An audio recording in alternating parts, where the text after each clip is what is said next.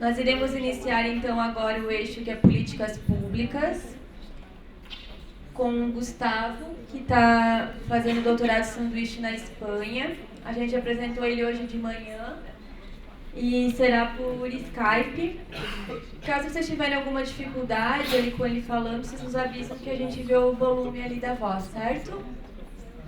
Obrigada, Gustavo, está contigo. Bem, agora é boa tarde para todo mundo, né? Eu já comecei no boa tarde aqui. É muito bom estar com vocês. Eu acho que aplaca um pouquinho a saudade do Brasil. As pessoas pensam que vir cá é só conhecer a Europa e tudo mais, mas a gente sente falta do nosso país, apesar de todas essas contradições. Então, o que eu pensei para falar sobre políticas públicas hoje? Eu pensei em fazer um trajeto a partir de 4 partes. Primeiro, destacando a minha experiência profissional na área. O segundo, um pouquinho da pesquisa que eu estou desenvolvendo no doutorado aí no Brasil. Um pouquinho da pesquisa aqui, que eu já fiz a coleta de dados. A minha orientadora já falou que já está ótimo os dados que eu levantei para aquilo que eu vim fazer. E terminar com algumas provocações teóricas a respeito do trabalho do psicólogo nas políticas públicas, sobre a questão da transformação social e tudo mais.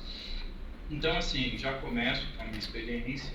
Então, assim, desde que eu me formei em 2007, eu trabalho no CRAS. Trabalhei numa metrópole, de acordo com a política de assistência, são municípios de assistência social, são municípios acima de 900 mil habitantes.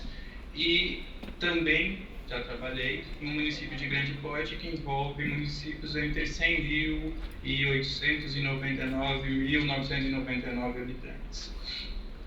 O que me chama a atenção sobre o trabalho do psicólogo no CRAS primeiramente, a questão que, assim, nós não somos contratados para fazer revolução, nós não somos contratados para fazer transformação social e tudo mais. E, ao mesmo tempo, quando a gente se insere nas políticas públicas, a gente começa a viver algumas contradições que um profissional liberal, um profissional que trabalha em psicologia comunitária ou que trabalha em outros lugares possíveis dentro da psicologia, não vive diretamente nessa atuação. O que é? Nós não somos trabalhadores e estamos submetidos a toda a lógica de exploração do trabalho, de contradições do mundo do trabalho e todas essas questões. Então, assim, é algo novo, talvez, o trabalho nas políticas públicas, mais ou menos, e isso vai mostrando para a gente um pouquinho o que é de sentir na pele a contradição, essa contradição de ser trabalhador e tudo mais. Nessas 2 experiências profissionais que eu já tive em 2 municípios, eu já tive diversas formas de contratação como psicólogo. Então, já fui contratado como terceirizado, contratado por uma ONG, já fui contratado como cooperado para trabalhar, para parar uma prefeitura, nas falsas cooperativas, e também agora estou como servidor no Ministério do Trabalho. Outra questão que marca o trabalho do psicólogo na assistência é que, apesar da gente falar de um sistema único, a gente tem um universo grande de possibilidades de atuação.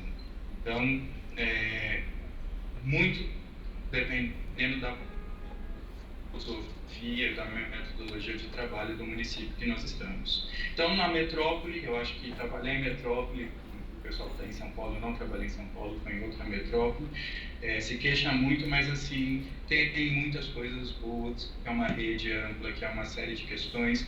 E no município que eu trabalhava, a questão da autonomia que você tinha de desenvolver o seu trabalho, e nisso nós optamos por centrar o trabalho, tanto psicólogos como assistentes sociais, na tentativa de formação de coletivos, grupos, para ter uma ideia de comunidade e tudo mais. Isso foi lá para 2007, 2008. Outra questão é que uma metrópole tem muito recurso, então você vê que há uma estrutura de gestão e, por mais que seja ruim, muitas vezes ela tem uma filosofia de trabalho à direita ou à esquerda, o que muitas vezes não acontece em outros municípios, que é a questão que tudo depende do secretário municipal. No mesmo município eu já tive a experiência de ter uma atuação totalmente tutelada, burocratizada, autoritária e tudo mais, e mudou o secretário municipal, a gente foi por uma gestão laissez-faire. Faça o que quiser, que é tudo da lei, pode fazer, mas não interessa. Então, assim, há uma diferença muito grande, tipo, se você for pensar no local de trabalho do psicólogo em políticas públicas, no município e tudo mais. Frente a essas questões e outras da vida, eu fui pensei em desenvolver meu doutorado a partir daquilo que eu estava vivendo. Então, eu propus da pesquisa do doutorado que está com título provisório, atuação dos psicólogos nos CRAs, possibilidades e impossibilidades.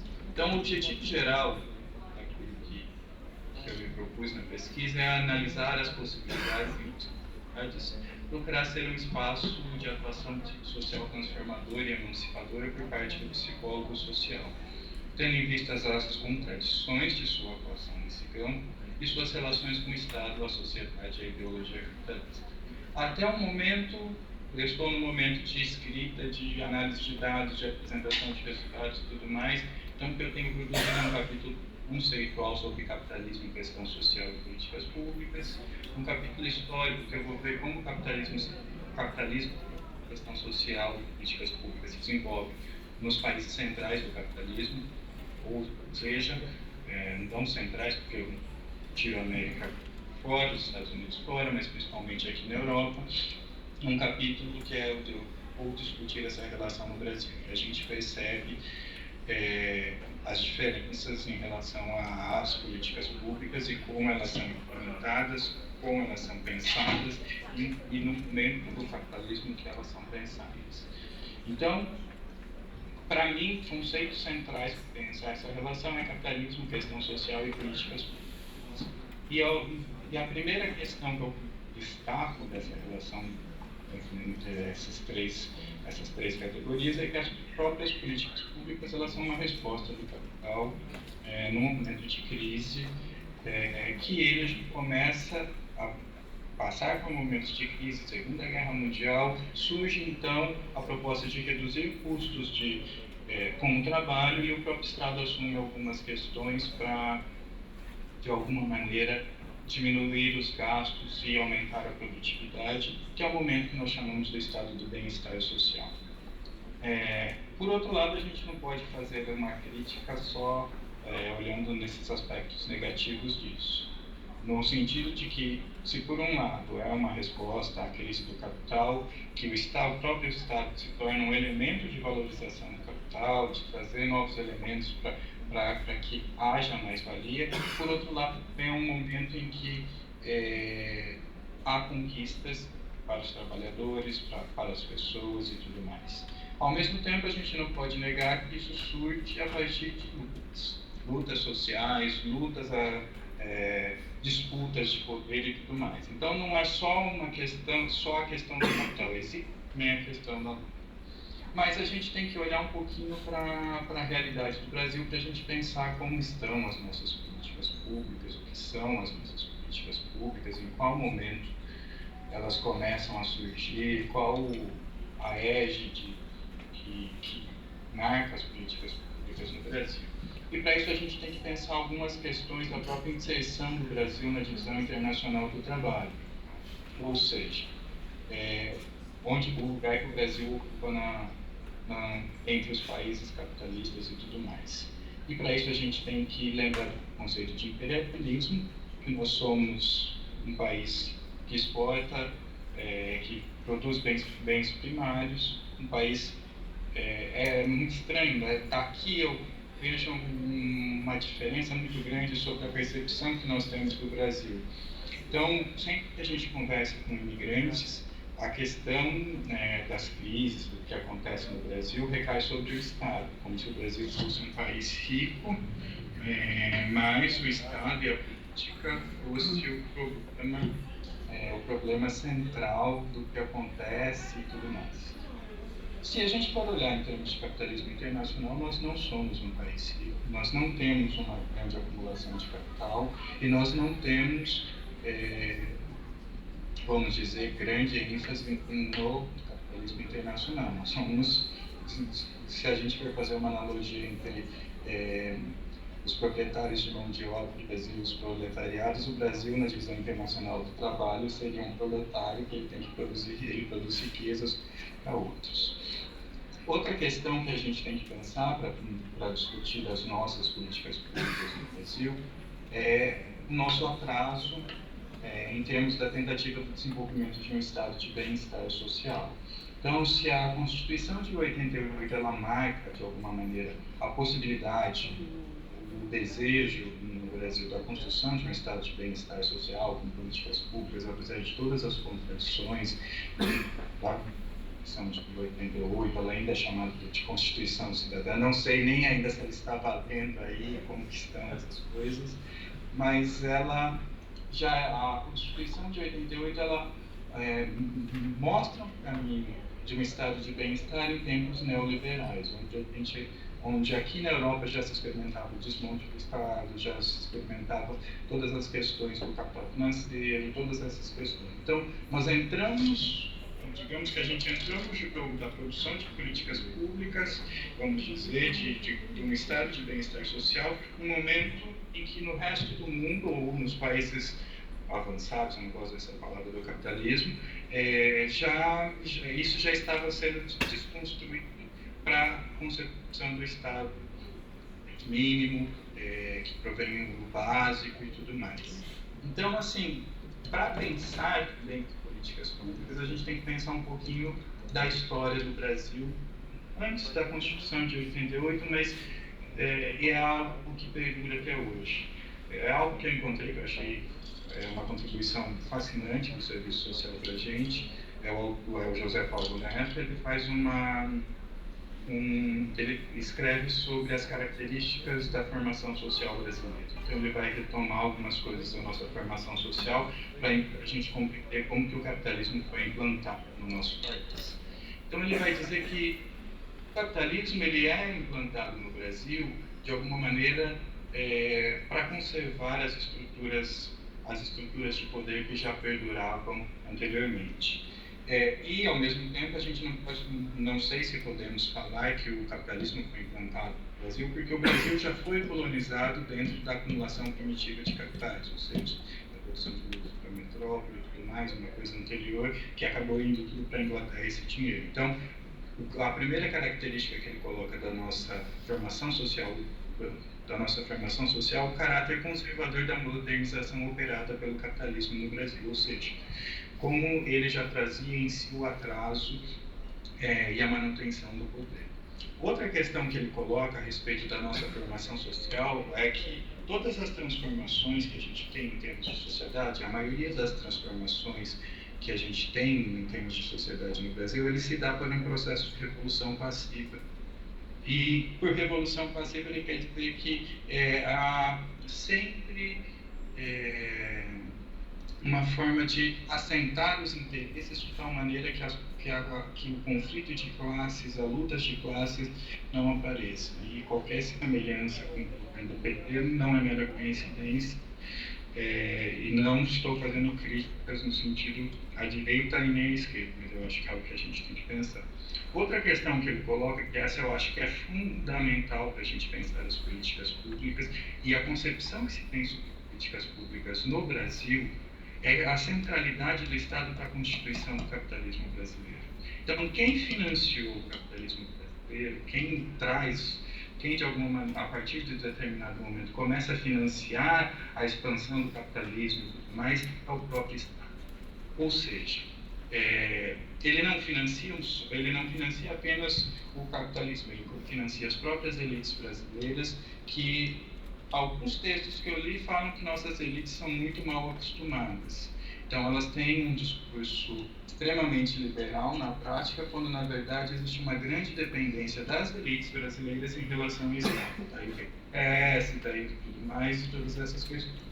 Então, quando a gente vê todas essas disputas, essas críticas em relação a políticas públicas, em relação às questões que acontecem e estão acontecendo no Brasil, a gente pode perceber que é uma briga a respeito de onde o Estado investirá seu dinheiro. O investimento em políticas públicas, em bem-estar social, ele também implica em retirar dinheiro de pessoas muito poderosas, de interesses escusos e tudo mais, que isso marca historicamente o nosso país. Então, esses são elementos que eu acho importantes para a gente pensar um pouquinho dessa relação capitalismo, questão social e políticas públicas. Então, eu vou descendo mais um pouquinho para chegar no trabalho do psicólogo no CRAS e falar um pouquinho do que eu estou fazendo aqui. Então, assim, o que o psicólogo faz no CRAS?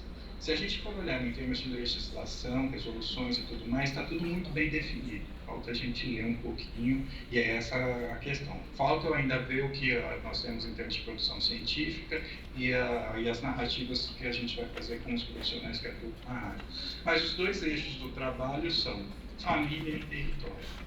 É isso que a política pública de assistência social aponta. Não só a família e não só o território, mas essa dialética, digamos, que se repassa entre os dois lugares. E o que eu vim fazer aqui?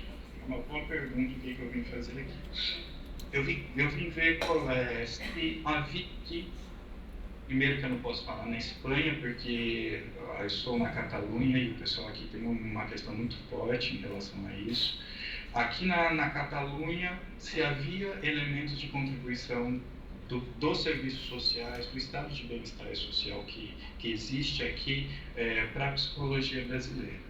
Então, o que eu vim fazer? Conhecer os serviços, entrevistar e tudo mais. Tive muita dificuldade de início, porque no primeiro encontro com a minha orientadora, ela já falou que provavelmente eu não teria acesso aos serviços, porque aqui as questões são extremamente burocratizadas. Então, o que ela me sugeriu? Vá fazendo pela tangente, vá procurando outras estratégias. Então, o que eu fiz? Participei, visitei o serviço social do bairro que eu moro aqui, participei de reuniões entre a associação de moradores e os serviços sociais, na qual eles explicavam em catalão como que funcionavam os serviços. Participei, comecei a conversar com os técnicos que trabalhavam aqui no serviço social, então fui fazendo pela tangente essa pesquisa, mas para surpresa minha e da minha orientadora aqui, nós conseguimos acesso e eu consegui conversar com um psicólogo que está trabalhando nos serviços sociais desde 84, ou seja, ele pegou o período de democratização da Espanha, então ele participou da construção dos serviços sociais aqui na Espanha. Na Espanha, eu falo na Espanha porque ele não é da Catalunha, ele veio de outro estado, outra unidade autônoma.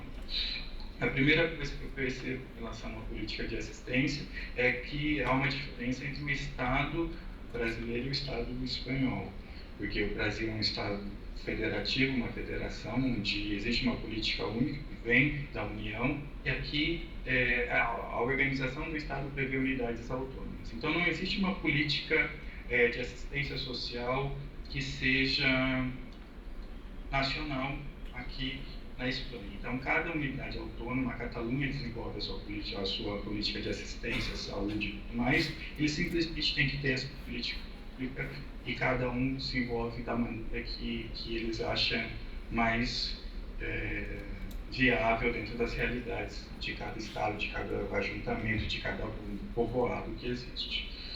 Os meus dados me demonstram, assim, eu ainda não fiz a sistematização deles, mas que, assim, aqui existe muito recurso e condições materiais nos serviços sociais. Então, as demandas, de alguma maneira, são supridas. Porque, assim, uma das coisas difíceis do Brasil é que você trabalha em prédios terríveis, caindo os pedaços, chovendo dentro, e quando não está chovendo, a telha está furada e você está com calor dentro. Assim, a estrutura física e as condições de trabalho são aparentemente adequadas. Claro que as pessoas daqui se queixam a respeito disso. Uma das questões que a pessoa que eu entrevistei colocou é que os serviços aqui, no começo, lá na década de 80, havia uma grande liberdade por parte do psicólogo, porque eles estavam construindo os serviços sociais. E ele faz até uma inversão, ele fala, olha, não havia necessidade no país de sociais, nós criamos essa necessidade. 5 minutos, tá? Tá. Então, assim, o que ele coloca? Que nesses 30 anos, vamos dizer, que se passaram, ele percebe que houve uma rivalização e burocratização do trabalho do psicólogo aqui. Então, como que funciona geralmente no serviço social? Ele está na mão dos profissionais de serviço social. Então, há uma unidade de primeiro atendimento que tenta resolver a demanda que é trazida por qualquer pessoa nesses 3 primeiros atendimentos. Caso não consiga, encaminhar para uma outra unidade dentro do mesmo serviço social, que existe um assistente social para acompanhar o caso. A partir disso, ele lança a mão dos profissionais que eles necessitam para a realização do serviço, ou seja, o psicólogo vem comigo, o educador vem comigo, o sociólogo vem comigo. Então, o sistema aqui está muito centralizado na mão dos assistentes sociais, dos profissionais de serviço social, que ele faz uma crítica muito ferrenha à formação deles, que é bem diferente da do Brasil. Então, eles aqui não têm os profissionais de serviço social não têm uma formação a respeito da questão social, e eles são formados para trabalhar críticas sem a crítica aqui. E aqui também tem serviços terceirizados e todas essas questões. Então, para finalizar esse terceiro momento, eu coloco que assim, a minha percepção do estado de bem-estar social aqui da Espanha, da Catalunha e tudo mais, é um bem-estar pago, no sentido de que não é como a gente imagina. Então, tudo aqui é pago, tudo há um custo, tudo mais, até coisas que a gente tenta superar aí, que é a questão que você tem que provar a pobreza, existe aqui, de alguma maneira, para que você consiga a gratuidade em alguns serviços e algumas questões. E por último, eu vou tentar nesses 2 minutos que me restam fazer algumas provocações teóricas. Eu acho que, primeiro, é uma questão para a gente pensar, se a gente for internacionalizar o conceito de sofrimento, eu acho que o psicólogo, no caso, deve trabalhar com a questão do sofrimento ético-político. Acho que é uma possibilidade. E acredito que se a gente for internacionalizar o conceito, a gente tem que procurar uma palavra melhor que sofrimento. Quando eu falei sofrimento, para minha orientadora aqui, ela olhou com uma cara e ela falou que existe uma palavra melhor em espanhol, que é o mal-estar, porque já denota um elemento psicossocial no mal-estar. Outra questão aqui na Espanha existe uma diferença psicologia, que é a psicologia da intervenção social, que é a psicologia que trabalha com políticas públicas, e a psicologia que trabalha com outras questões, que é a psicologia da ação social. Então, o que a minha orientadora coloca é que a intervenção social é social-democracia, de alguma maneira, mudança social planificada, traduzindo as palavras de quem eu entrevistei. Então, de alguma maneira, a gente tem que pensar essa relação, quando a gente pensa transformação social, eu acho que a gente tem que trabalhar um pouquinho essa dialética transformação social versus mudança social. Eu acho que trabalhar em políticas públicas é mudança social. E, por outro lado, eu não tenho nenhuma dor no coração em falar isso, que num país desigual como o Brasil, que tem essas estruturas de dominação, essa desigualdade, essa pobreza, que a gente não tem, a gente não pode falar nem de proletariado quase no Brasil, frente a todas essas desigualdades, a gente pensar em mudança social, uma coisa menor para a nossa população, não é algo tão ruim. A minha própria orientadora na tese dela destaca uma questão da diferença entre ação social e coletiva, que é algo que na atuação aponta para o socialismo e para o comunismo, e a intervenção social como a intervenção que aponta para a social-democracia.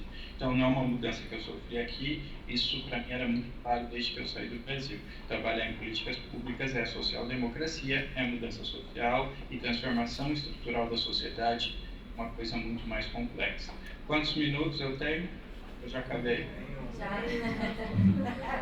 Já acabou, Gustavo.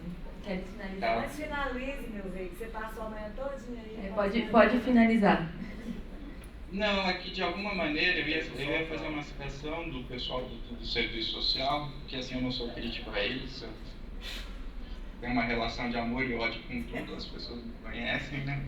Eu sou ambivalente, no sentido que eles falam que, assim, se a gente está percebendo que trabalhar em políticas públicas é mudança social, a gente não tem que pensar que isso é ruim. Então, assim, qualificar e precisar a concepção de direito, cidadania e política social pressupõe discutir os limites e possibilidades dos direitos no capitalismo e a particularidade brasileira.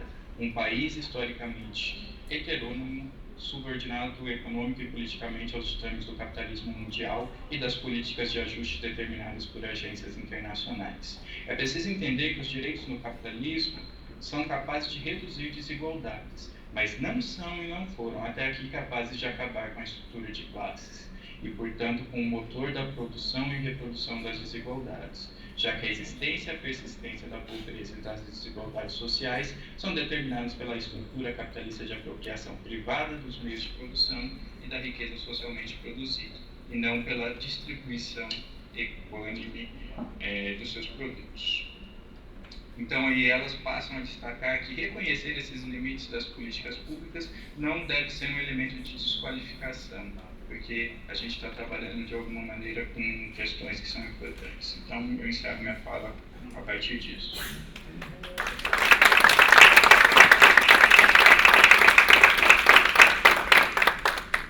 Gustavo, a gente queria agradecer você, pedir desculpa por te fazer esperar desde manhã, né? Mas agradecer teu tempo. A gente sabe que você tem um próximo compromisso agora, né? Então, claro, a professora Kátia quer fazer uma pergunta aqui para ti, só um pouquinho.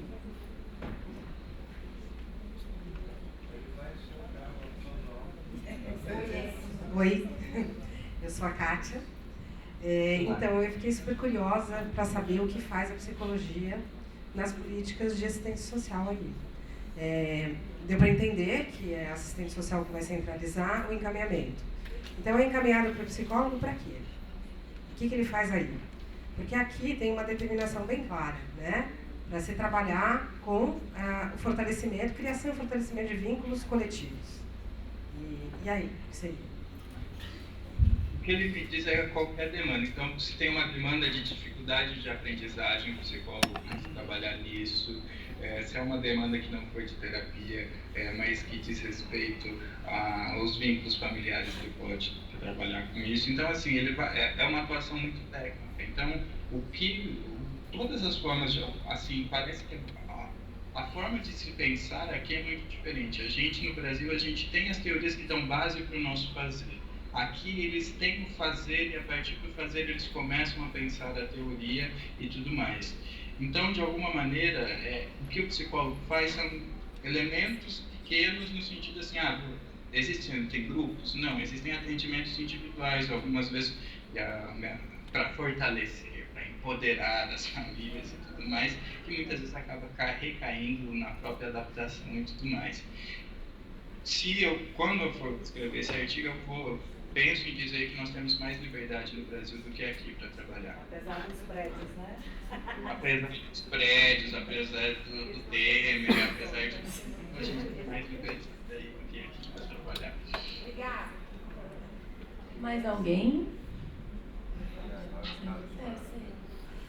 Então, Gustavo, obrigada.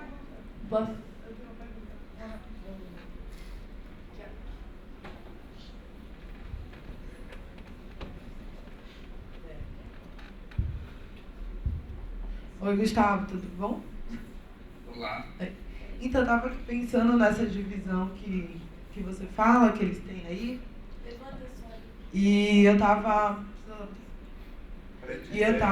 perguntando, conversando aqui com o Pedro, na verdade, um tanto, você termina a sua fala falando que, então, você supõe que aqui temos mais liberdade, mas pensando também, quando a psicologia questiona o trabalho dos psicólogos na política pública, também da importância de fazer do que essa divisão, ou de alguma linha dessa divisão, né, nos auxilia a fazer a pergunta correta, porque, por exemplo, pensando no espaço do CREAS, né, como uma das políticas da assistência social, você tem demandas que esse psicólogo precisa dar conta, sei lá, abuso sexual de criança de 2 anos, né? E aí tanto que eu não sei como fiquei pensando a partir da sua fala, como é que a gente questiona esse profissional, se o trabalho dele está ou não voltado à transformação da realidade, e o quanto que essa divisão nos auxilia a compreender diferentes processos da transformação, né, e diferentes modos, porque também os sujeitos que vão chegar, por exemplo, pensando o contexto do CREAS, que é diferente de pensar o contexto CRAS, ele tem demandas de cuidado específicas. Assim, você pega uma mulher que está violentada há 10 anos, você pega um idoso que está mantido em cárcere privado pelo seu filho há 3 anos, você pega uma usuária de saúde mental que está sendo espancada, né? Então, assim, tem uma criança de abusada sexualmente, assim, tem um âmbito do cuidado do sujeito, que também é uma demanda que esse sujeito traz. E aí, agora que você trouxe essa questão, dessa divisão que eles fazem, eu fiquei me perguntando como que, se essa pergunta de questionar o psicólogo nas políticas públicas, se ele está ou não a serviço da transformação da realidade, assim, de uma maneira tão genérica, uma hora nebulosa, assim, né? Se é correto, ou se a gente precisa pensar estrategicamente como que as instituições das políticas públicas compõem um plano maior de estratégias que também precisam ser pensadas, eu acho, materialmente, concretamente, de transformação da realidade, também sair dessa abstração do que seria, né? Eu acho que uma hora até uma vulgarização do termo, né? Que aí qualquer trabalho também pode estar voltado, para que a gente consiga pensar materialmente, concretamente, as estratégias para o processo da transformação concreta e material da realidade, né? Assim, um tanto que a gente talvez não precise começar a discutir essa transformação pensando nas instituições, né, dadas as mudanças de quando a gente começou, a psicologia social começou a discutir isso, para que a gente tenha a função desses psicólogos nas instituições, a função dos movimentos, né, decodificando também os papéis e sem perder de vista as demandas de cuidados da ordem da singularidade que os sujeitos e os usuários dos serviços das políticas públicas demandam, né? Que também é isso, né? Aí eu queria, na verdade, ouvir um pouco mais disso com você, assim, compartilhar isso com você.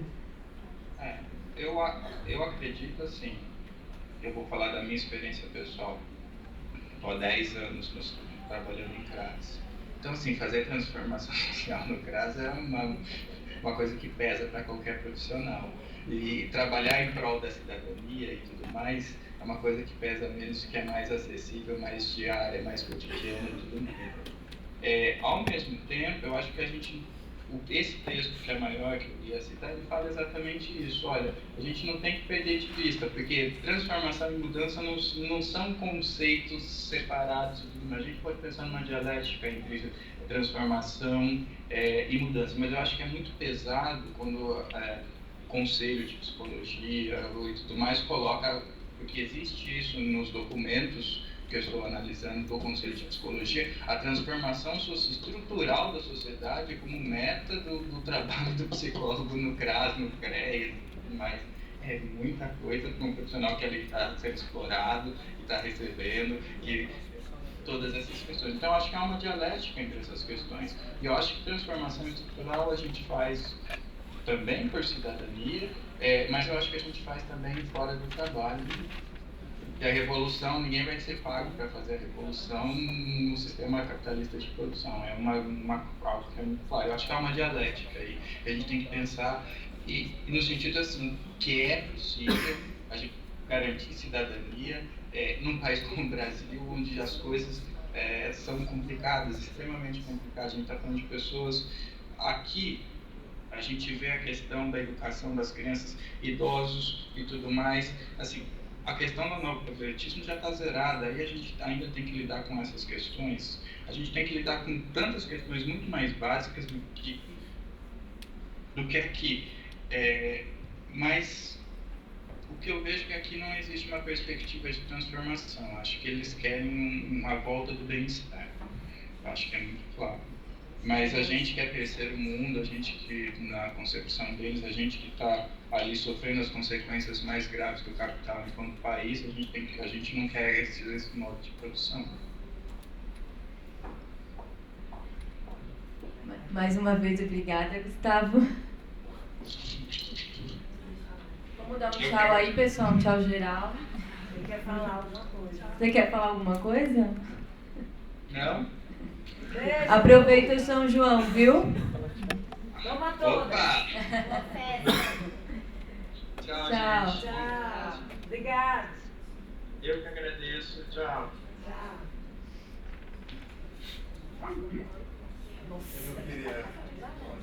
Não sei, não, ele tem compromisso. Então agora eu queria chamar aqui para a mesa o professor Mazeu.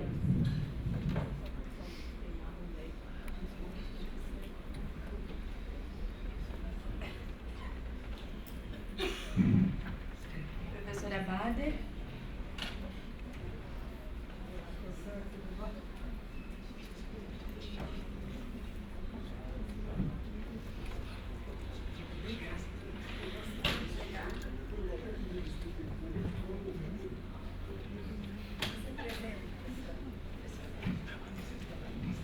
Estamos todos aqui muito tranquilos.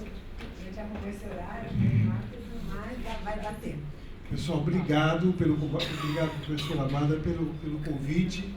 Eu quero pedir desculpa porque ontem eu estava no Rio e eu fui para um seminário. Eu iria voltar ontem, na minha cabeça, de manhã, né, para eu vir para cá à tarde. Aí quando eu fui fazer o check-in, fui para o aeroporto, porque eu peguei o táxi e tal, né? Eu vi que o bilhete era para o dia seguinte, que era para hoje. E aí eu liguei para a universidade, eles não conseguiram mudar a minha passagem. E aí, conversando com o pessoal, eu falei, não, amanhã eu vou, então eu vim. Mas eu cheguei agora há pouco também, quer dizer, mas tudo deu certo, né? Era isso que era mais importante. Eu quero agradecer o convite, estavam vindo aqui, vocês falarem e tal, né?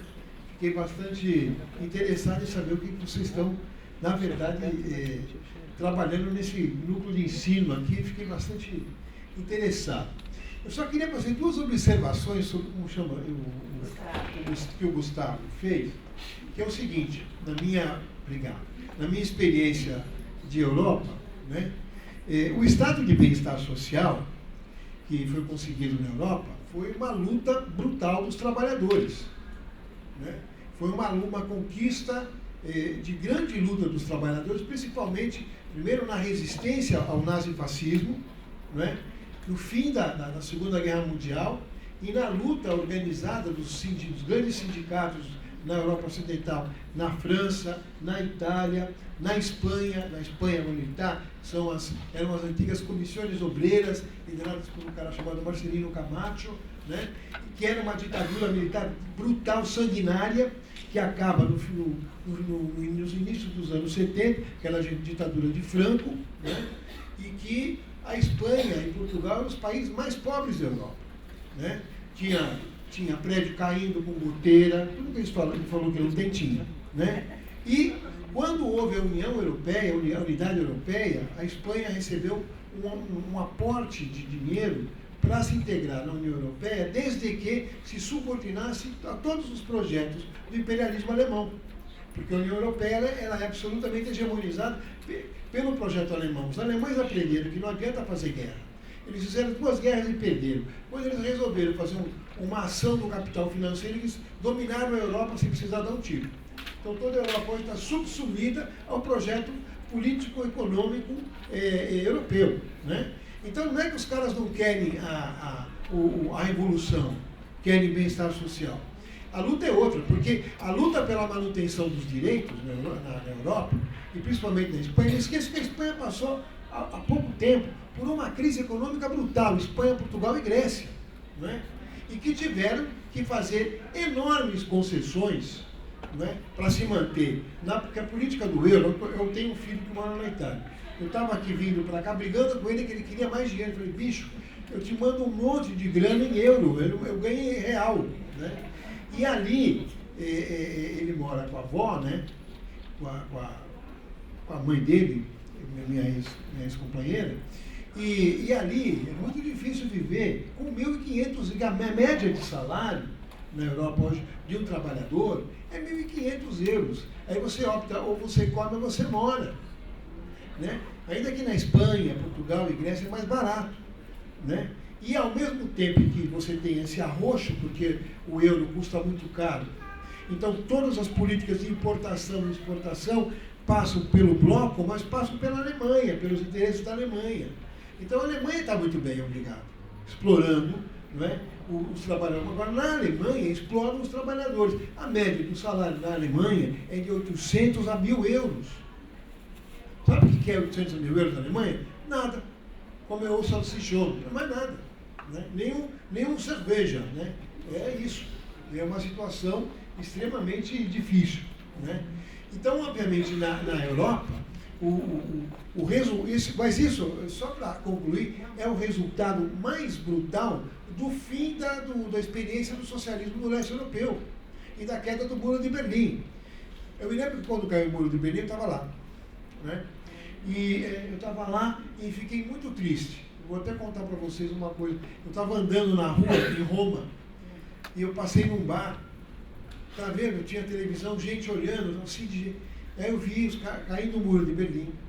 Eu sentei numa praça e comecei a chorar. Por quê?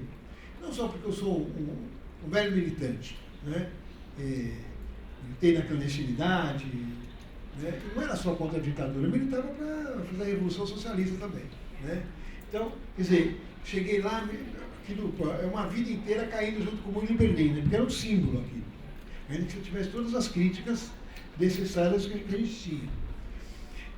Mas eu falei o seguinte, quem acha que... Eu fui conversar com os amigos, né, então, e eu trabalhava no Instituto Gramsci de Roma naquela época, eu falei assim, quem ficou contente com o fim do Muro de Berlim, não está sabendo que nós abrimos as portas para o que de mais sombrio e tenebroso tem no capitalismo internacional, e não deu outro, né? Quer dizer, as lutas dos trabalhadores hoje, primeiro você teve uma, e é o que eu vou falar sobre isso, teve uma desorganização da subjetividade operária. Porque você tem, junto com a ofensiva da crise neoliberal, que vem na sequência, em 92, né, dos anos 90, junto com a ofensiva dos anos 90 neoliberal, você tem também a reestruturação produtiva. Então você pega duas grandes construções subjetivas dos trabalhadores. Primeiro, o projeto de uma outra sociedade, que aparentemente ruiu. Segundo, o próprio projeto de vida do trabalhador e a sua identidade com a sua forma de vida e a sua forma de inserção no mundo produtivo. Vamos começar por aí, né? Feitas essas observações, vamos começar por aí. Quer dizer, quando a gente pensa... Obrigado pelo quentão. Eita, festa junina, que bom. Não tem álcool. Se tivesse ia ser melhor, pô. Eu ia ficar mais agitado. Agora, o que eu queria começar a falar é exatamente isso. A gente vive num momento de... O momento não é um momento simples, né? Na área das ciências sociais, da sociologia, da política, da filosofia política, tem da economia, que é a área que eu estou enfiado. Até hoje eu não sei mais o que eu sou, sempre que eu falo, eu virei uma Macunaíma, porque eu estou enfiado em tudo isso, né? Eu sou... E aí, eu estou entrando na psicologia com vocês aqui. Olha, eu sou sociólogo, né? E eu fiz mestrado em sociologia porque eu queria fazer uma carreira normal. Mas depois já fui para história econômica, de lá depois fui para filosofia política, fiz pós-doutorado em filosofia política e sou livre-docente de filosofia política. Então, minha vida mudou. Mas mudou por quê? Porque você tem uma gama de problemas para enfrentar e tem que estudar, né? Andei até passeando pela psicologia, mas eu sempre passei pela psicologia, devo confessar, né? A gente tinha os grupos de estudo, lemos as obras do Freud, aquelas que foram publicadas, não sei se são as completas, mas eu li aquelas obras, inclusive com seus famosos casos e tal, né? Tanto que quando o pessoal falou, eu também queria falar sobre isso, sobre sofrimento, que não era legal, sobre mal-estar, eu cochichei com eles aqui, mal-estar é muito freudiano, né? O mal-estar da civilização. É um livro que eu li e me impactou muito. Não tem nada de Freud. Mas a ideia, mas eu prefiro o sofrimento. Ah, ótimo. Mas já vou meter minha colher aqui. Depois eu vou falar porque eu prefiro o sofrimento. Mas o sofrimento sociologicamente definido. Mas vamos por parte. O mundo que a gente vive é o mundo da... É o debate nas ciências sociais. Quando eu falo aqui, incluindo economia, tá?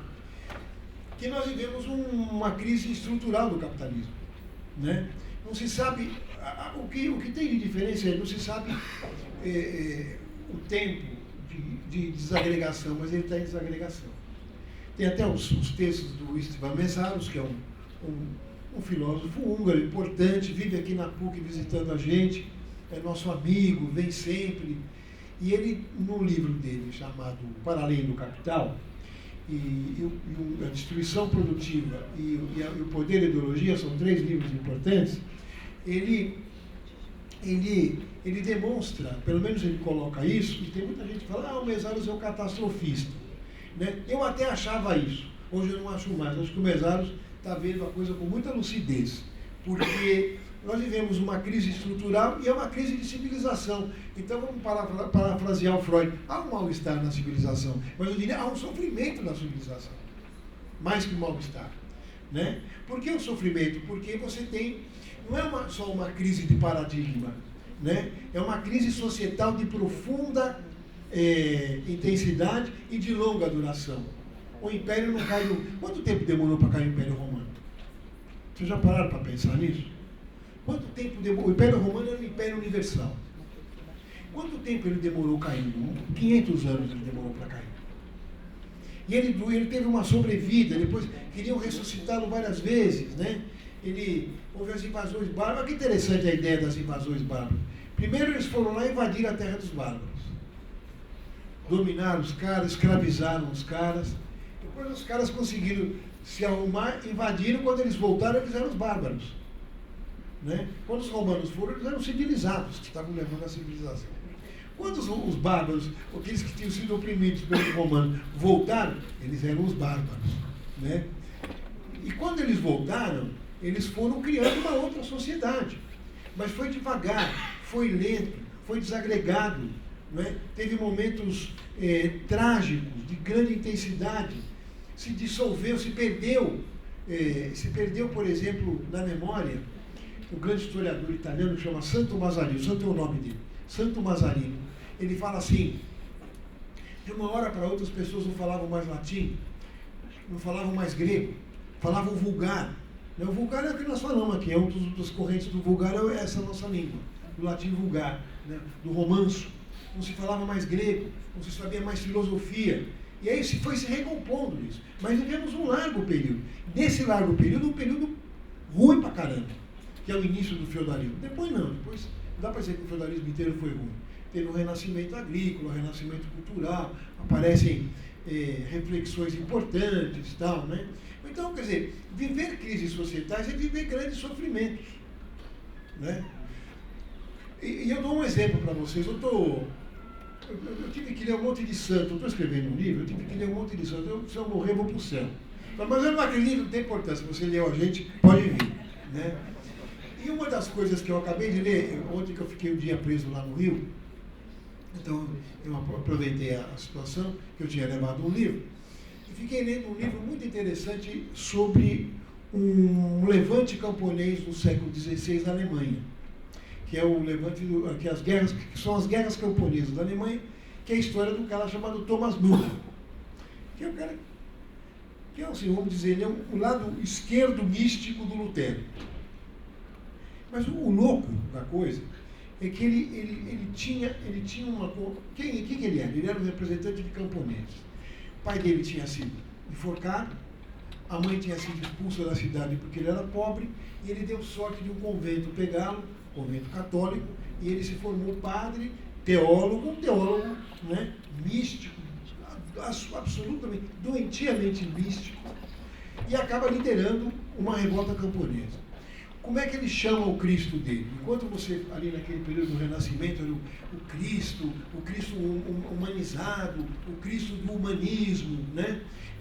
A recomposição da Virgem Maria, isso tudo era verdade, mas era verdade na Itália, na Europa Ocidental. Na Europa Central, você tinha uma profunda miséria, a reescravização dos camponeses, né? Então, qual é o Cristo dele? É o Cristo amargo. Olha que interessante. Ele usa esse termo, o Cristo amargo. Para você chegar no Cristo, não basta dizer, eu creio em Cristo. Inclusive, o sermão da montanha, ele é superficial.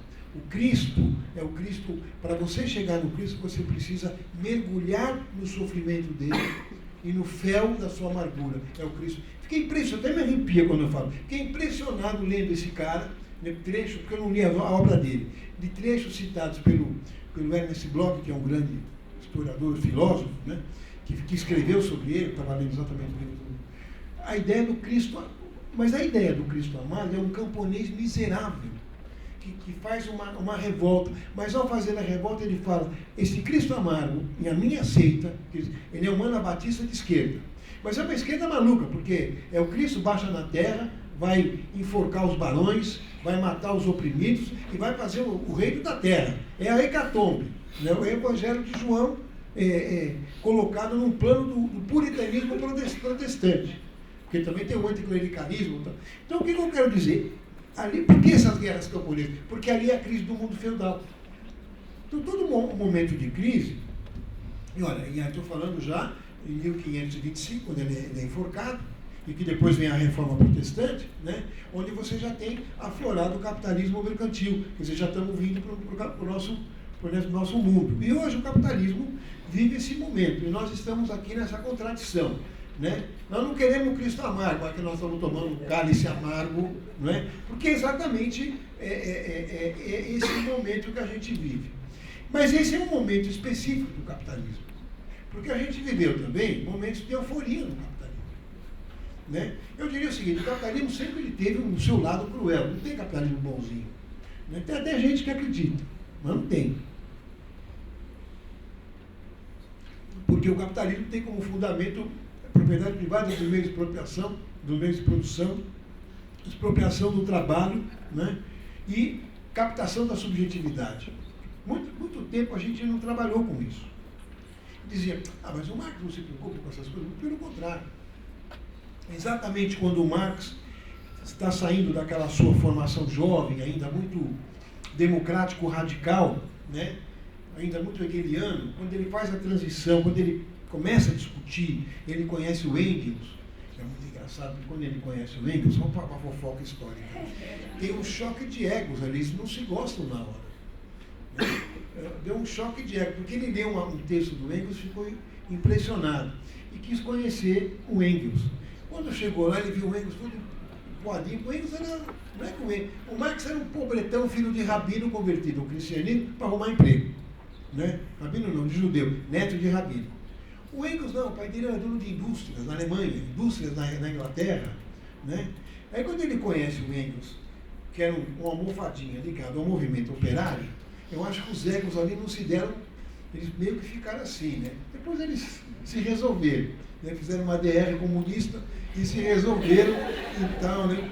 Mas o que é interessante, quando ele conhece o Engels coloca uma série de questões para ele, principalmente a conexão entre a materialidade do mundo, a objetivação do mundo e a consciência. Né?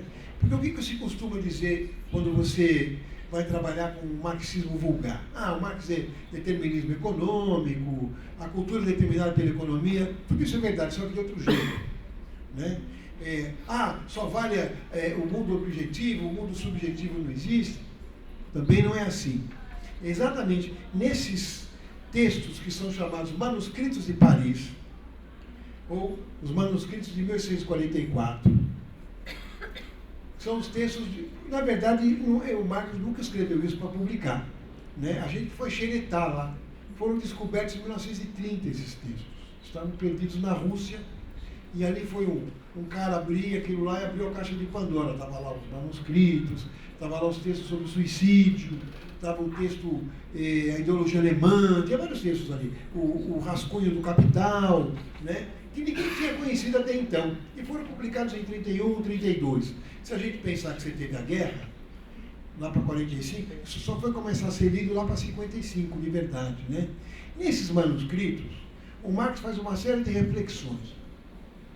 São difíceis de ler porque ele não escreveu para ninguém ler, escreveu para ele, eram coisas dele com ele mesmo, né? É como quando a gente faz aqueles garranchos que ninguém entende, nem a gente entende o que nós estamos escrevendo, que é para ninguém ler, para a gente, né? Para arrumar a cabeça. E aí ele coloca algumas questões. Primeiro ele coloca o seguinte: bom, de fato não se pode ignorar uma sociedade sem com que ela se movimente dentro da reposição da sua própria vida. Então uma sociedade, quando ela se movimenta, ela é um ser social, né? Portanto, ela obviamente ela é um organismo vivo, no sentido do positivismo, mas ele é um ser social integrado. É claro que, quando a gente pensa no ser humano, você pensa no ser humano no âmbito histórico, né? E aí é uma das coisas que eu brinco com os meus alunos. É a pergunta canalha que eu faço para os meus alunos. Eu falo assim para eles: onde a gente vive? Aí eles começam a responder, eu falo, mas espera aí, não vale dizer que é no Brasil. Não vale dizer que é em São Paulo. Não vale dizer nem que é no planeta Terra, onde é que a gente vive. Bom, como assim? Eu falei, não, porque tudo isso é pressuposto. Mas onde a gente vive? Essa é a primeira pergunta. Né? Aí eles ficam lá, até que aparece no cotidiano. Exatamente, a gente vive no cotidiano. Por que eu falo do cotidiano? Porque o cotidiano é exatamente o núcleo mais importante da praxis humana. Porque é no cotidiano que você tem a praxis imediata, se vocês me entenderem, me perguntem, tá? Que você tem a praxis imediata e uma praxis mediata. E uma não existe sem a outra. Não adianta a gente querer achar que o que veio primeiro, né? O homem pensa porque faz ou faz porque pensa. Isso é só no Tostines. E mesmo assim o Tostines não resolveu. Né? Vocês lembram? É fresquinho porque vende mais ou vende mais porque é fresquinho? Né? Então, e a mesma coisa na questão da ação humana. Mas, obviamente, quando você pensa na ação, quando o Marx, ele está tudo pensando nisso, nesses manuscritos. Quando ele pensa na ação, ele está pensando em praxis. A praxis não é a prática. Não é o fazer. Mas também é o fazer. Agora, a praxis, ela articula o pensar e o fazer. O que nos faz diferente dos outros animais. Né? Porque, ao pensar, nós criamos um telos, né? uma teleologia, uma finalidade. E a diferença é que, nessa construção dessa finalidade, a gente só vai fazer agindo para repor a vida material. Agora, existem planos históricos para a ação humana. Né? A gente nunca... Não é que a gente sempre viveu no capitalismo ou numa sociedade de mercadorias. Né? Nós passamos por momentos históricos humanos e por articulações complexas historicamente determinadas. Não dá para dizer o seguinte, então quer dizer que tem civilizações mais complexas e menos complexas? Não. Toda a sociedade humana é complexa. Só que você tem articulações históricas que são complexas e complexas que se constituem. Não é? É aí que você vai ter a ideia do desenvolvimento humano. Não precisa ter medo de dizer, tem um progresso humano, mas isso é coisa do positivismo. O conceito deles de desenvolvimento e de progresso não é do marxismo. Porque o conceito do marxismo de desenvolvimento está numa frase de um filósofo húngaro chamado Georg Lukács, que ele diz o seguinte: o homem é um ser que responde socialmente aos seus desafios. E tem sido isso ao longo da história. Esta é a ideia de responder a necessidades socialmente criadas. Ou seja, a cada ação humana, não é? De responder a necessidades, a gente pode responder uma e cria 10. E vai responder 10 e cria 1000. Né? Mas um pouco, essa é a dinâmica da história da humanidade e do ser social. E aí o ser social é histórico. Né? Vou dar um exemplo. Você só pode ter essa conexão se você pensar o cotidiano como um núcleo da imediaticidade da praxis. Vou dar um exemplo. Vamos pensar que nós somos numa sociedade pré-histórica, que fica mais fácil. Né? Obviamente não é aquela dos Flintstones, porque não é uma brincadeira. A dos Flintstones pressupõe que sempre teve capitalismo. E que até na Sociedade da Pedra, né, o Barney e o Fred, ele já saía com a sua marinha de operário. Ele é operário, ele trabalha um dinossauro escavadeira. Já pararam para pensar nisso?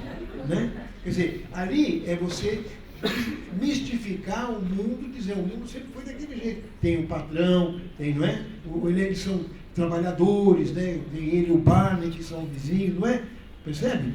Mas por que eu estou dizendo isso? Porque, de fato, tem um núcleo de historicidade nessa coisa que o mundo burguês não ignora. E eu digo mundo burguês, eu digo, inclusive, bons sociólogos burgueses, como, por exemplo, o Weber. Né? O Weber é um bom sociólogo, um cara sério, mas ele diz claramente que o capitalismo sempre existiu, mas precisava de uma ideologia para organizar, que é a ética protestante. É místico também, né? De onde vem essa ética? Só Deus sabe, né? Porque Deus com certeza sabe, nós não sabemos. Né? Mas voltando, então quando o Marx está com essa preocupação de dizer, bom, se nós chegamos até aqui, é porque a gente teve que responder ao quê? A necessidade. A necessidade, ela é uma necessidade histórica. né? E ele vai chamar de necessidade histórica. Porque você tem necessidades, Bedürfnisse em alemão, necessidade. Mas você vai ter a necessidade histórica, que não é só uma necessidade, mas ela é resultado da ação social. Então, a gente tem uma sociedade, vamos dizer, que a gente começa, quando a gente sai da condição de coletores e caçadores, e vamos virando sedentários, a gente vai precisar de uma série de coisas que a nossa história, a nossa vida cotidiana começa a pedir. Por exemplo, imagina o seguinte, antigamente os humanos viviam num mundo muito empírico, né? Tem fome, juntava um bando e ia caçar um mamute. Aí caçava um mamute, corria uma semana atrás do mamute, o mamute caía até levar o mamute para cair numa armadilha, aí ficava dando porrada no mamute, ia morrer uns 15 para matar aquele mamute.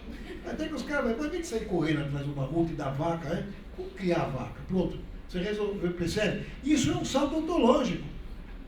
Yeah? Em vez de você ficar correndo, catando erva amarga aqui, erva amarga ali, junto, amasso, faço o pão, eu planto, faço um enxerto de uma erva amarga, de uma erva amarga, com um trigo selvagem, uma cevada selvagem, faço o pão e descubro a cerveja. O que é mais importante? Né? Descobriu juntos, cerveja e pão. Né? Porque os dois vêm juntos. Né? Quer dizer, quando eu viro sedentário, eu dou um salto de qualidade. Pinta a roda. Você imagina que aparece a roda, sei lá se aparece antes ou depois, mas aparece no processo.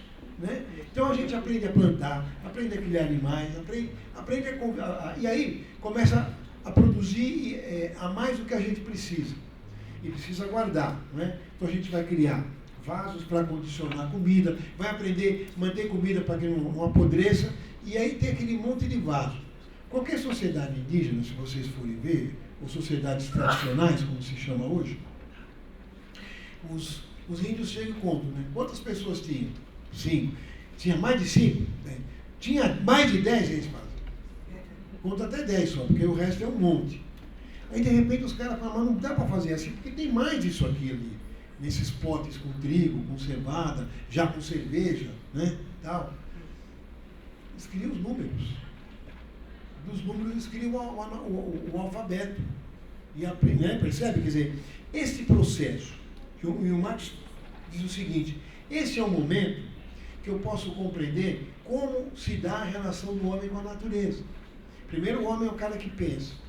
E ao pensar, quer dizer, é diferente de um animal que não pensa, ou que tem rudimentos de pensamento. Você pode até dizer que, por exemplo, meu gato, tenho certeza que ele pensa, mas isso aí é o meu gato.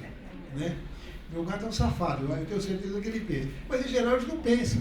Tem rudimentos, tal, né? Alguns raciocínios, tal, mas a gente não. Quando a gente olha, pensando na gente na pré-história, tá? Uma floresta, né? Se você pensar, olha o tempo histórico, se você pensar nós hoje, indo para uma floresta, o que vai vir na nossa cabeça? Precisamos preservar a floresta, os caras não podem cortar a floresta.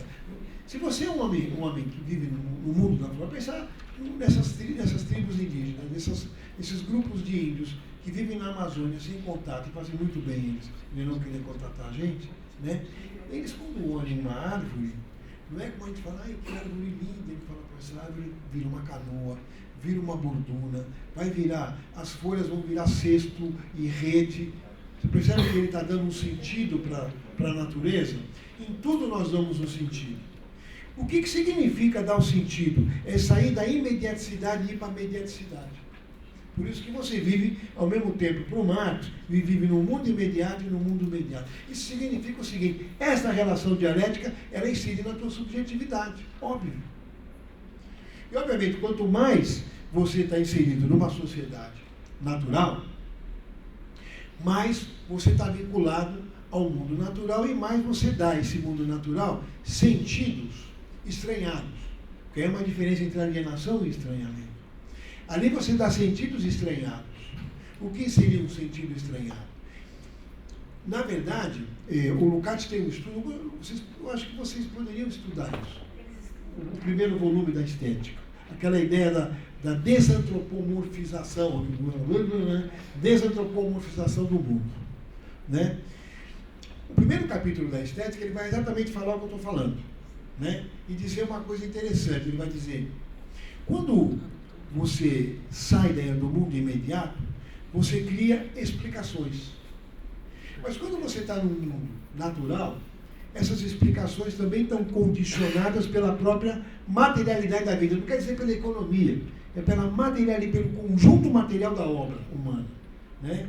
Quer dizer, então, por exemplo, óbvio que o Lukács dá um exemplo maravilhoso. Ele fala, óbvio que tem uma diferença entre a magia e a religião.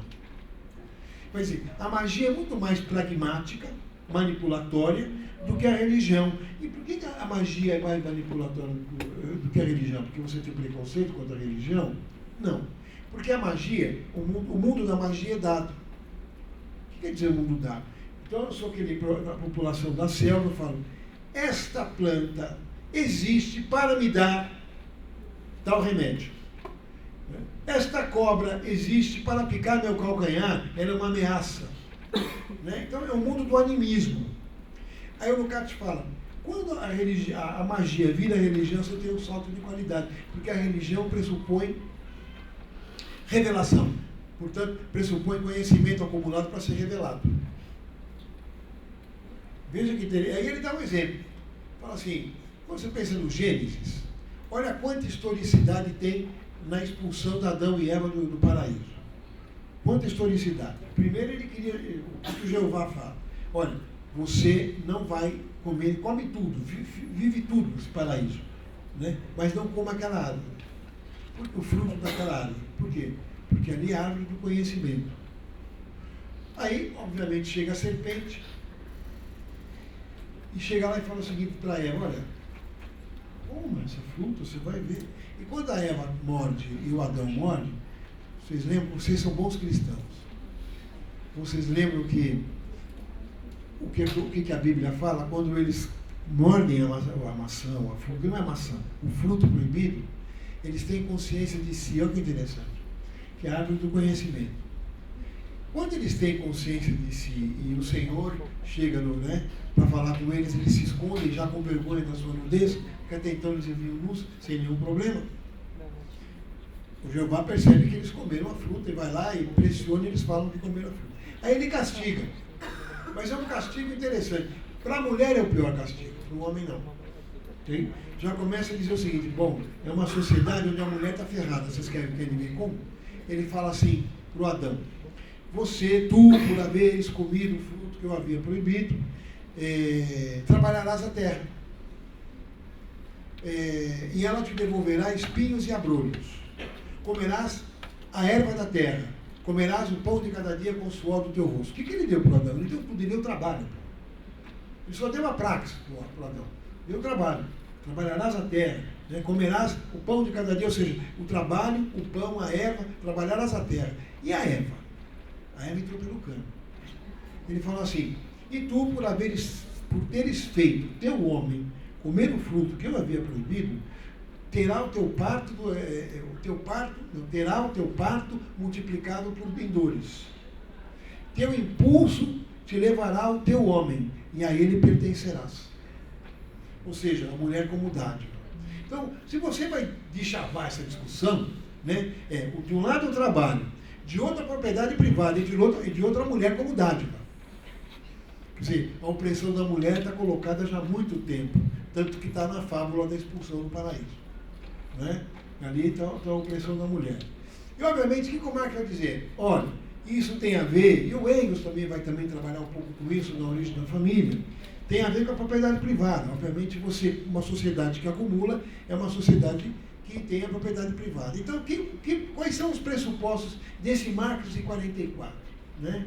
Primeiro, quais são as conclusões que ele chega? Bom, se nós somos filhos da cotidianidade, se somos filhos do trabalho, o que nos faz homem?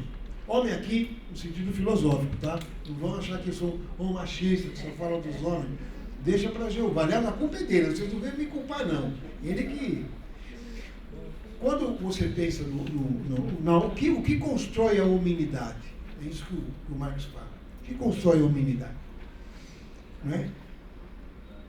Nessa relação social que o homem constitui, ele tem que repor a vida material. Então, esse é o núcleo fundamental, é o trabalho. Mas qual trabalho? Aquele que a gente sai de casa, bate o ponto? Não. É um trabalho abstrata, é a praxis. Né? Quando você fala em trabalho, o Marx é praxis. Fazer, pensar, pensar, fazer. Além disso, o que nos constitui como homem é o trabalho como resultado da nossa praxis e como resultado da nossa teleologia. E a nossa praxis e a nossa teleologia criam um núcleo ontológico de permanente conhecimento. Mas também no plano da contradição, cria um núcleo ontológico de conhecimento e de estranhamento. Porque às vezes você faz a coisa, fez e não sabe. Tem uma frase do Marx, fazem, mas não o sabem. Às vezes você faz, e ao fazer é revolucionário fazer, mas não sabe que você foi revolucionário ao fazer. Né? Quer dizer, é a questão do pensamento mediativo. Mas tem mais uma coisa. Esse pensamento mediativo gera uma interpretação da sociedade, do mundo. Não é da sociedade, do mundo. Pode ser uma interpretação misturada, e vai ser por muitos séculos, por muitos milênios, uma interpretação misturada com o místico. Né? Você vai interpretar o mundo através do mito. Mas o mito nem sempre... Olha, existem aí muitas discussões sobre o mito. Né? Nem sempre o mito tem conexão com o vivido, mas com a representação do vivido. Porque não é automático. Então, muitas vezes ele é sublimação, né? Eles são representações sublimadas do vivido. Mas, às vezes, também é uma sublimação vivida. É ao contrário, não é a sublimação do vivido, mas é uma sublimação vivida. Pode ter uma conexão dialética. Se a gente lembrar, por exemplo, os mitos gregos que tanto fascinaram a primeira psicologia, né? E que eu acho que fascinam até hoje. Eu acho que os mitos gregos são complicados pra caramba. Não dá pra gente... Eu escrevi um livro sobre a Grécia, eu tive que resolver um problema meu, que era como é que a democracia apareceu. Então eu escrevi um livro sobre democracia, na Grécia, chamou Voo de Minerva. E ali, para eu escrever aquele livro, eu fui ler coisas que eu nunca tinha lido. Então eu fui ler a tragédia grega. Quando eu li Medeia, a gente sempre ouve falar da tal da Medeia, né? A tal da Medeia. O Édipo eu tinha lido na escola, mas a Medeia não. Aí quando eu li a Medeia, eu fiquei impressionado com a solução do conflito, né? E por que tem essa solução? Por que é colocado isso, né? Quando Marx fala o seguinte: as determinações materiais da subjetividade, elas estão na relação direta com a historicidade que a gera. Não existe subjetividade fora do mundo material. Muitos alunos falam para mim, mas isso não é stalinismo, professor? Dizer que a subjetividade não existe sem o mundo material? Eu falei, não existe. A tua subjetividade é histórica, porque a tua é diferente do que era de um cara que viveu na Idade Média. E vai ser diferente de um cara que vai viver no futuro, que nós não vamos viver. Né? Então, agora, você pode até dizer que a subjetividade da Idade Média está presente, reformulada no mundo contemporâneo. Mas não é a mesma, porque a mesma era aquela da Idade Média, do mundo antigo, ou do mundo das cavernas, da pré-história. Né? Mas por que a Medeia tem aquela solução? Por que aquela solução? Porque é uma solução trágica, ela mata os filhos. Mais trágico, para punir o marido. Aí você vai ver, é uma sociedade que vive em guerra, onde a mulher é um ser considerado, porque não esqueça que a tragédia é escrita no século, entre o século VIII e VI a.C. Muito tempo, faz muito tempo.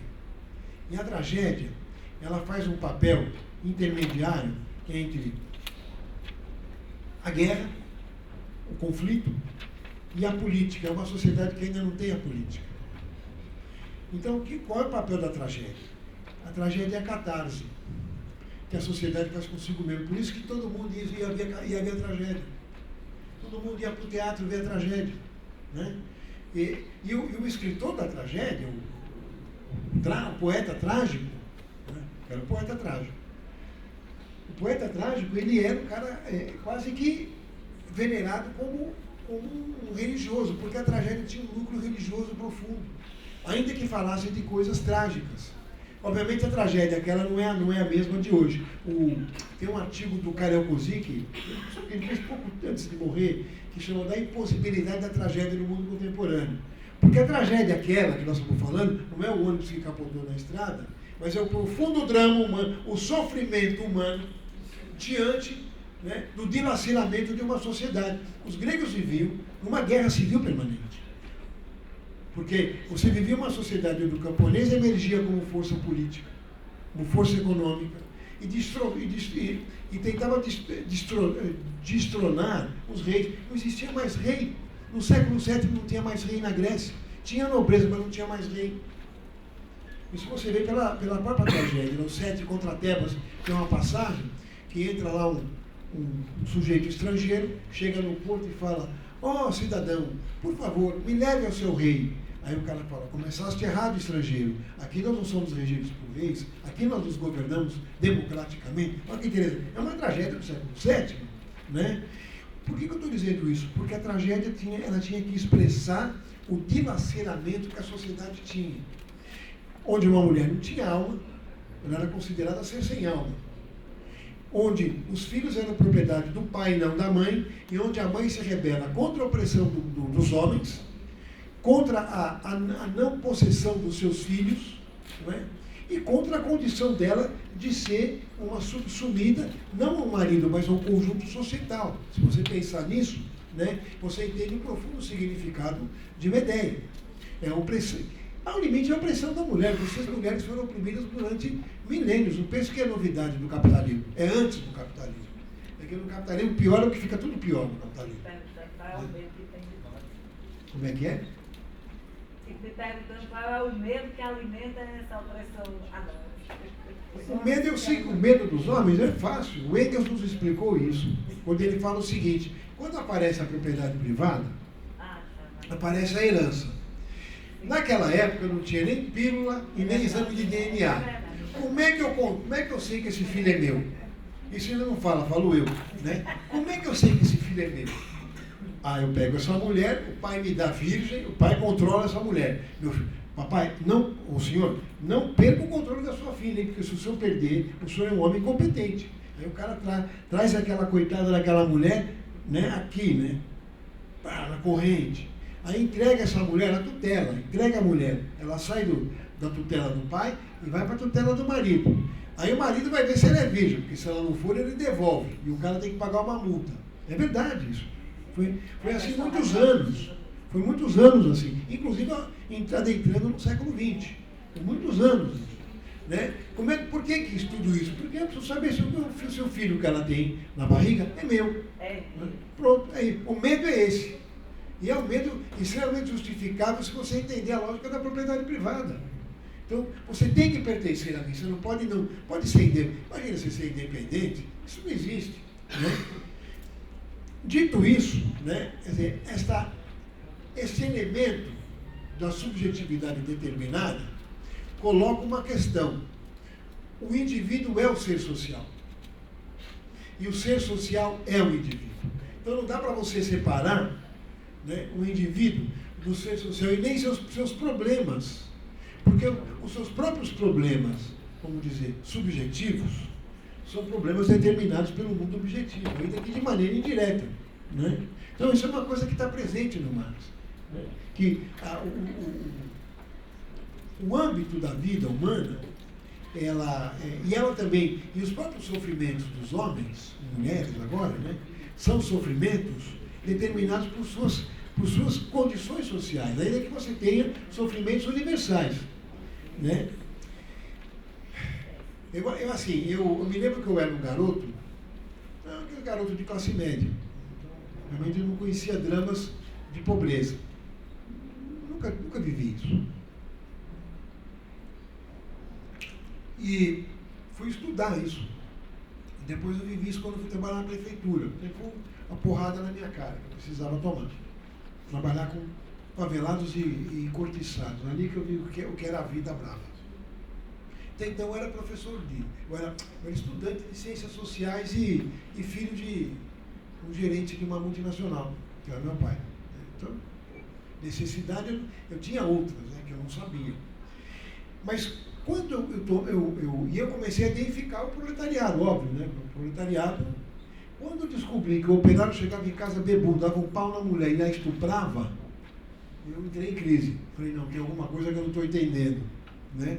Porque eu namorava uma menina que fazia medicina, E ela trabalhava num centro de saúde escola da USP, lá no Butantã. E ela chegava deprimida. Ela falou, porra, tem uma mulher que ela apanha no marido. Eu falei, como assim? O cara é operário metalúrgico. Como assim? Aí foi piorando, né? Aí o cara toma umas canas, chega em casa e casca a porrada e a estupra. Ela não precisava fazer. Ela falou, pô, eu estava esperando o cara chegar. Né? Queria o cara. Não, mas não dava atenção desse jeito. O negócio era dar umas porradas na cara e jogar na cama e estuprar. Aí eu comecei a perceber o seguinte, além dos elementos universais, né, as particulares, existem os universais, porque isso acontece com mulher de operário, com mulher de classe média e com mulher de cara rico. Isso não é uma novidade. Né? Isso é um núcleo universal determinado por uma forma societal onde a mulher tem que estar subordinada ao homem. Isso não acabou. Não achar que, como nós temos uma consciência muito refinada sobre isso, que isso tenha acabado. Não é verdade. Né? Porque ainda o senso comum, isso é complicado. Minha mulher, ela tem que ficar sob meu comando. Já imaginou minha mulher ficar com outra? Eu mato ela. Por quantos feminicídios tem por dia? Né? Provavelmente o feminicídio que acontece é porque a mulher não quer mais o cara, é porque a mulher olhou mais bonitinho para outro, e às vezes não é nada, e às vezes não fez nada. E mesmo se tivesse feito. Né? Então, essa determinação que eu estou chamando a atenção, né, é que o indivíduo é o ser social. Então, o que é o ser social? Nós somos uma singularidade no ser social. E o que é esse maldito ser social? Né? E aí, é interessante, porque quando você pensa em ser social capitalista, você pensa num ser social universal. Né? Mas esse ser social universal, ele só se materializa nas suas particularidades. Então você tem ser social pior e melhor para a mulher. Eu acho que todos são ruins para a mulher ainda, hoje. Né? Sei lá, eu imagino que na Finlândia, na Noruega, na Dinamarca, seja um pouco melhor. Porque ali eles são mais... Eu não sei o que acontece ali, talvez misturou um pouco da velha cultura viking, sei lá, eles são diferentes. Mas no conjunto da sociedade, algumas são muito, as mulheres são oprimidas. Não tem jeito, elas são oprimidas. Eu acabei de ver um filme um dia desses, que eu não lembro bem a história, mas é passada na Alemanha, de uma menina que ela era tutelada por caras da sociedade civil. Eu não lembro como chama o filme, mas foi interessante. Aí ela era uma menina bonitinha tal, e que não tinha pai nem mãe. Aí o cara dizia, estou pagando para o Estado, vou adotar essa menina. Tipo, adote um pobrinho. Era um programa, né? Adote um pobrinho. Aí os caras adotavam a menina e estupravam a menina. É um filme alemão interessante, porque vai mostrando qual é os graus de violência que as sociedades têm. Né? Quer dizer, nós temos, além de, por exemplo, as mulheres do Rio de Janeiro, da periferia, dos morros do Rio, da periferia de São Paulo, além de serem estupradas pelos homens, serem molestadas nos ônibus, nos trens. Né? Quem é que molesta uma mulher proletária no trem? O proletário que está no trem. Eu tenho uma companheira que trabalha lá em casa 2 vezes por semana, a gente tem sempre roupa para ela, porque ela chega em casa, às vezes tem que trocar a roupa, porque ela foi abusada no trem. Né? Quer dizer, quem é que abusou ela no trem? Não é um burguês, é um cara como ela. Então, quer dizer, por que isso acontece? Porque você tem, aí sim, várias ramificações que o ser social constrói, que são alienadas e estranhadas de si. Quer dizer, o cara, quando ele está encoxando uma moça no trem, né, tira o pênis para fora, então porque é uma violência. Primeiro que ele não entende como violência. Segundo, ele entende como direito dele de macho. Bom, isso tem uma determinação social absoluta. O direito meu de macho de tirar meu pênis para fora. Porque se uma mulher baixar a saia e tirar a chana para fora, vai dar problema no trem. Pode ter certeza, dá um escampar o trem, né, para a FEPASA. Né? Agora, como é o homem que faz, o homem vai preso e tal, mas não é tão escandaloso. Vocês não pararam para pensar nisso?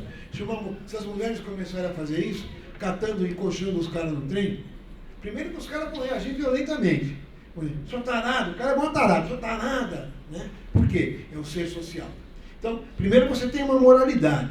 Segundo, você tem o senso comum. E o que é o senso comum? O que é o senso comum? O senso comum é a reprodução do senso hegemônico, do sentido hegemônico. Isso é o senso comum. Não é desgraça, né? É o fascismo cotidiano. O Humberto Eco tem muitos estudos sobre isso, gente, sobre o fascismo cotidiano. Porque ele vai dizer o seguinte, no capitalismo isso fica muito pior porque se esvazia a virtude. Né? Ele vai contar uma história de um cara, tem um livro do Anderson, se eu achar eu te passo depois. Não é um livro, é um artigo que ele escreve nessas revistas acadêmicas. O Humberto Eco era professor da Universidade de Bolonha. E ele, quando ele era diretor de pós-graduação, ele escreveu duas coisas importantes. Primeiro, esse artigo.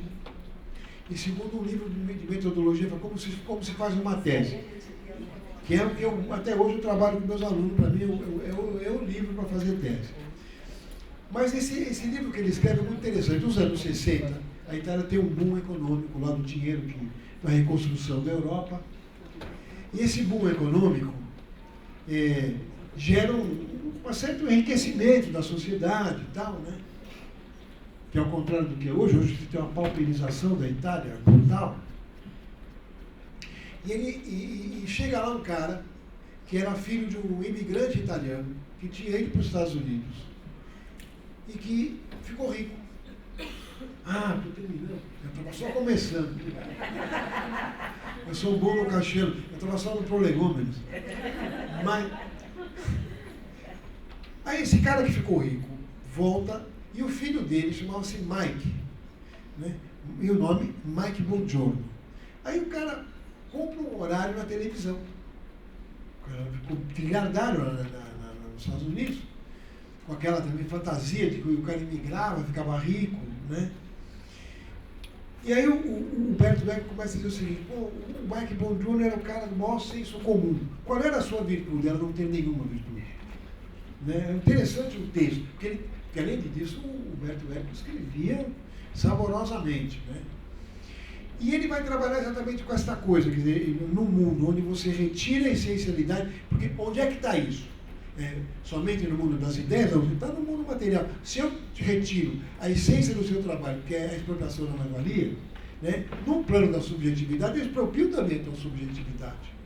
Que a reestruturação produtiva, por exemplo, hoje, criou. Né? Eu exproprio a tua subjetividade. E mais, ainda que a gente possa não gostar da escola de Frankfurt, a elaboração da ideia dos aparelhos ideológicos, dos meios de comunicação, é fundamental, porque ali também se criam grilos enormes e enormes alienações, né? Meios de comunicação, televisão, principalmente a televisão. Por isso que o Humberto Eco vai estudar o fenômeno Mike Bongiorno, porque ele ia para a televisão e a sociedade começa a falar fazer o que ele falava merda. Na verdade era isso, né? E é o que a gente vê na televisão. O que você vê na televisão? É o senso comum. A gente odeia, né? Mas é o senso comum. É o Ratinho, como é que é? O Datena, né? E o que esses caras expressam? O senso comum. Né? E aí a gente fica dando resposta para nós. Né? Esse é outro problema que a gente precisaria pensar, né? Nenhum deles fala assim, vamos tatuar na testa do Aécio Neves, é o ladrão, como é que é? Ladrão e otário, vacilão, né? Põe no Temer, né? Tatuar na testa do Temer, você é um babaca e tal. Pode? Pô, não, ladrão babaca, não pode, né? Então, isso tudo que eu estou falando, eu fiz uma coxa de retalho para ficar mais fácil para a gente conversar, né? Eu até escrevi umas coisas, falei, não vou. Eu vou falar, eu vou ver o que eles estão falando e vou falar o que eles estão falando, né? Para a gente começar a odiar. É isso, pronto, já deu tempo. Né? Professor, se você é que hoje nós estamos com um horário bem restrito. Tivesse sido ontem, né? Ontem de 2 horas. Ontem eu tomei um tapetão, né, pô? Mas foi muito bom, muito obrigada. Eu que agradeço.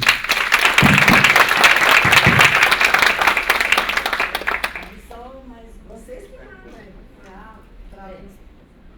nós temos, vamos ver, quem eu tenho. Pessoal, a gente tem uns 10 minutinhos para perguntas, Eugênia. Morena? Quem quiser fazer um Pô, uma sacanagem, vocês me convidam antes da quadrilha, pô. Aí não vou poder ficar, porque eu não me programei, senão eu ficava. Professor, gostei muito da sua fala. Eu achei interessante uma questão que nós estamos trabalhando lá em Blumenau. A minha colega agora, ela defendeu uma tese de doutorado sobre o processo de quarteirização do trabalho, que é quando já não é mais a terciarização, né? Esse terceiro, ele já passa esse trabalho de maneira informal para um quarto, né? E ela, como ela é de serviço social, ela trabalhou muito a perda de direitos que eles passam a sofrer, porque eles simplesmente... Ela até já falou, agora vão passar a terceirização lá no Congresso, mas ela até falou um dado interessante, assim, claro, não defendendo, dizendo, ó, nós já temos só mais 30% das pessoas que, com carteira assinada, a maioria já está tudo terceirizado, né? Então não vai ter muita mudança em termos da realidade em si. Mas nesse caso da quarteirização que ela estudou, essa pessoa, ela deixa de existir, porque ela passa a não ter mais registro nenhum. Então, a gente pegou uma beirada dos aspectos psicológicos. Ela me pediu uma ajudinha, assim, para analisar os dados das histórias de vida que ela estudou. Então, são pessoas, assim, que elas pegam esse serviço, elas trabalham intensamente o pedido, tipo, 3 dias, ganham R$300, daí elas botam isso na sala, na cozinha, no quarto, na varandinha, botam o filho, a sogra, a irmã. Além disso, essa mulher, que a maioria é mulher, ela cuida do velhinho doente, do filho deficiente, ela não tem estudo, e é drástico. É drástico porque é um sofrimento muito grande. Mas tem eu não sei se eu chamaria de uma magia ou mística ali que você estava falando, não sei que palavra usar para isso, mas a pessoa que trabalha lá em casa, para limpar a casa, ela veio dali, né? E eu converso com ela daí sobre o que ela está fazendo, porque ela só consegue trabalhar assim um dia por semana, 2 outros dias ela fica fazendo os pedidos. Então, mas o que é interessante é que a gente observou que tem uma coisa que, assim, eles acham legal. Eles dizem que a fábrica é um inferno, que é bom que não precisa pegar o ônibus, que faz o MEI, daí eles viram microempresários. Essa ideia do empreendedorismo é uma ideia, digamos assim, lá na nossa região, Blumenau, Santa Catarina, é uma região assim, forte, né? Uma ideia, vem dessa ideologia neoliberal de autonomia, não sei compreender muito bem. Mas, ao mesmo tempo, também nossa região, que sempre foi campeã de suicídio, aí quando o senhor falou de suicídio, eu queria a dica, porque eu não sabia que o Marx escrevia sobre suicídio, né? E daí eu também associei com sofrimento, Bader, né? Porque eu acho que o suicídio é sei lá, talvez o máximo de sofrimento, né? E na nossa região ela é campeã de suicídio, de depressão e uso antidepressivo e doenças relacionadas ao trabalho, né? Principalmente psicológicas. Então, a sua fala me fez refletir isso. Eu gostaria de conversar mais sobre, assim, não conversar mais, mas uma dica, qual é o texto do suicídio mesmo, sabe? Porque é bem interessante, eu não sabia que o Marx escrevia sobre o suicídio. Os manuscritos até eu li, os outros ali eu li, mas o suicídio não. E acho que é uma dica legal para nós lá, para o nosso trabalho. Gostei muito da sua fala. Como você chama? Eu me chamo Lorena, eu sou professora da Universidade Regional de Blumenau. Eu coordeno uma incubadora de cooperativas populares, a gente assessora o pessoal de catadores, saúde mental, artesanato e tal. E fui orientando da Bader no doutorado, sou do núcleo aqui, estou com os alunos aí também, inclusive o Alan lá, que está lá de vermelhinho atrás, que foi bolsista da professora Cláudia, da incubadora também, da área de serviço social, e ele quer continuar estudando esse assunto, né? Então, sua fala foi muito útil para nós hoje. Mais alguém?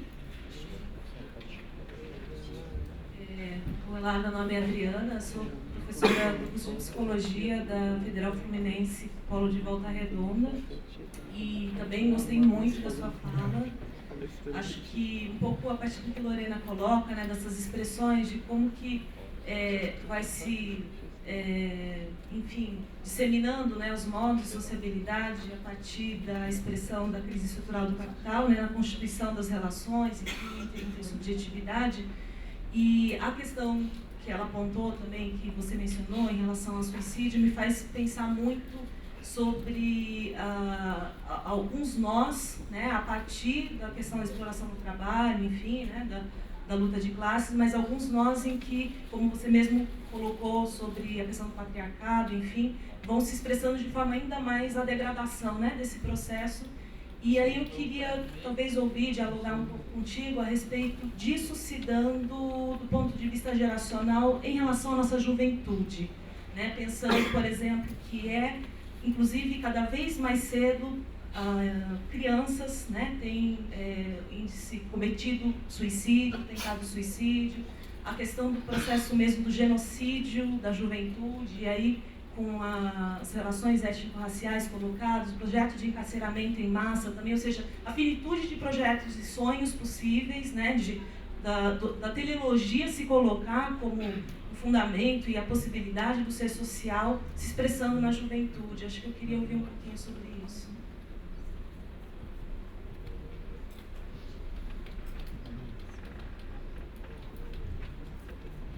Boa tarde. Eu sou o Thiago, sou estudante de psicologia aqui desse programa. E quando o senhor falou de pôr teleológico, eu gostaria que o senhor, se pudesse, explicasse um pouquinho melhor o que é que significa isso, da perspectiva lucasiana. Pelo pouco que eu li, ele fala de espelhamento, ele fala de alternativas, mas para nós, espelhamento, algumas traduções até reflexo, para nós isso soa... Melhor reflexo. Então, e para nós, estudantes de psicologia, é ainda um conceito mais carregado pejorativamente. Se o senhor pudesse, eu gostaria que o senhor falasse um pouquinho melhor sobre essa relação, porque da leitura da ontologia do ser social, fica difícil para a gente entender qual de fato é o papel das emoções nessa relação do trabalho, da consciência com a realidade. Porque várias vezes dá a impressão que o Lukács está falando de uma emoção que está muito atravessada mais pelo cartesianismo, por um darwinismo, do que pelas leituras que temos feito ultimamente, que é pensar as emoções a partir do Vygotsky e principalmente a partir do Spinoza. Gostaria que se o senhor pudesse falar um pouco mais sobre as emoções nesse processo do pôr teleológico, por favor.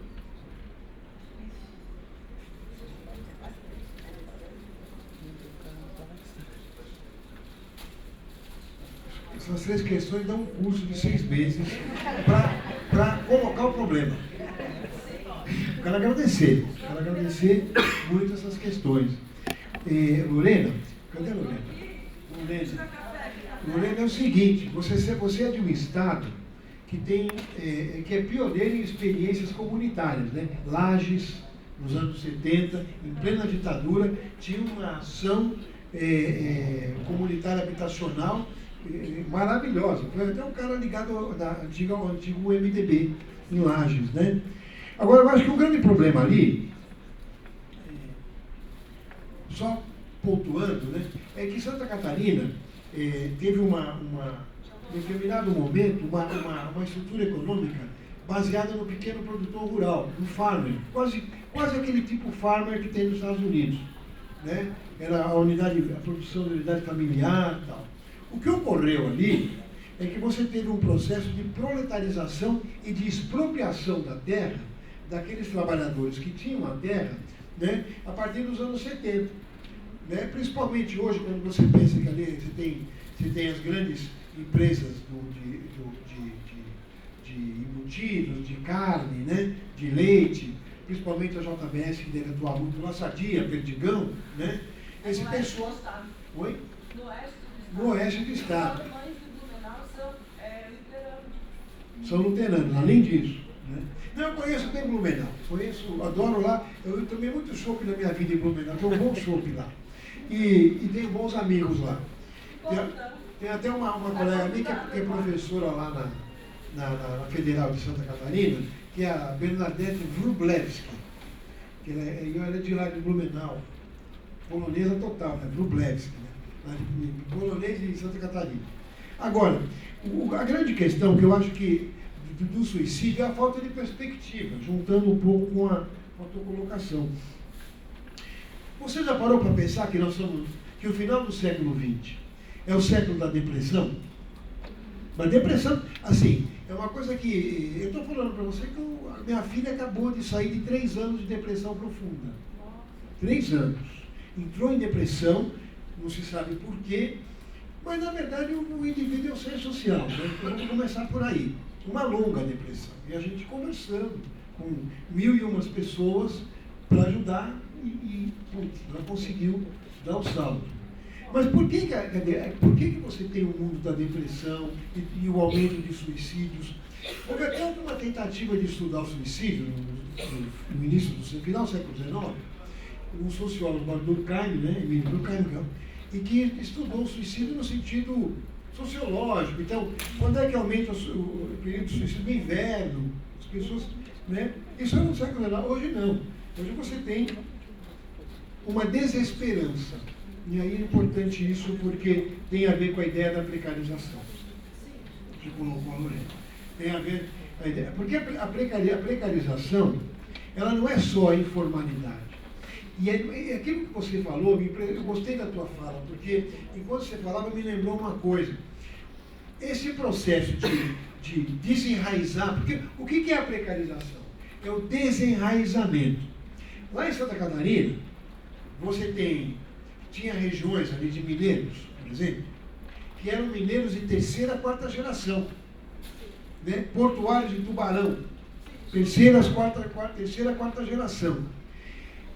E me lembrou um filme também que eu vi quando eu era menino. Minha mãe era uma cinéfila, então a gente via muito filme em casa. A gente tinha uma sessão de cinema em casa, uma máquina de cinema profissional, porque minha mãe era pirata. E tinha uma pequena sala de cinema na minha casa. E ela passou o filme uma vez que eu nunca mais esqueci, que eu passo para os meus alunos até hoje. Chama Como Era Verde Meu Vale. Exatamente. Qual é o núcleo do filme?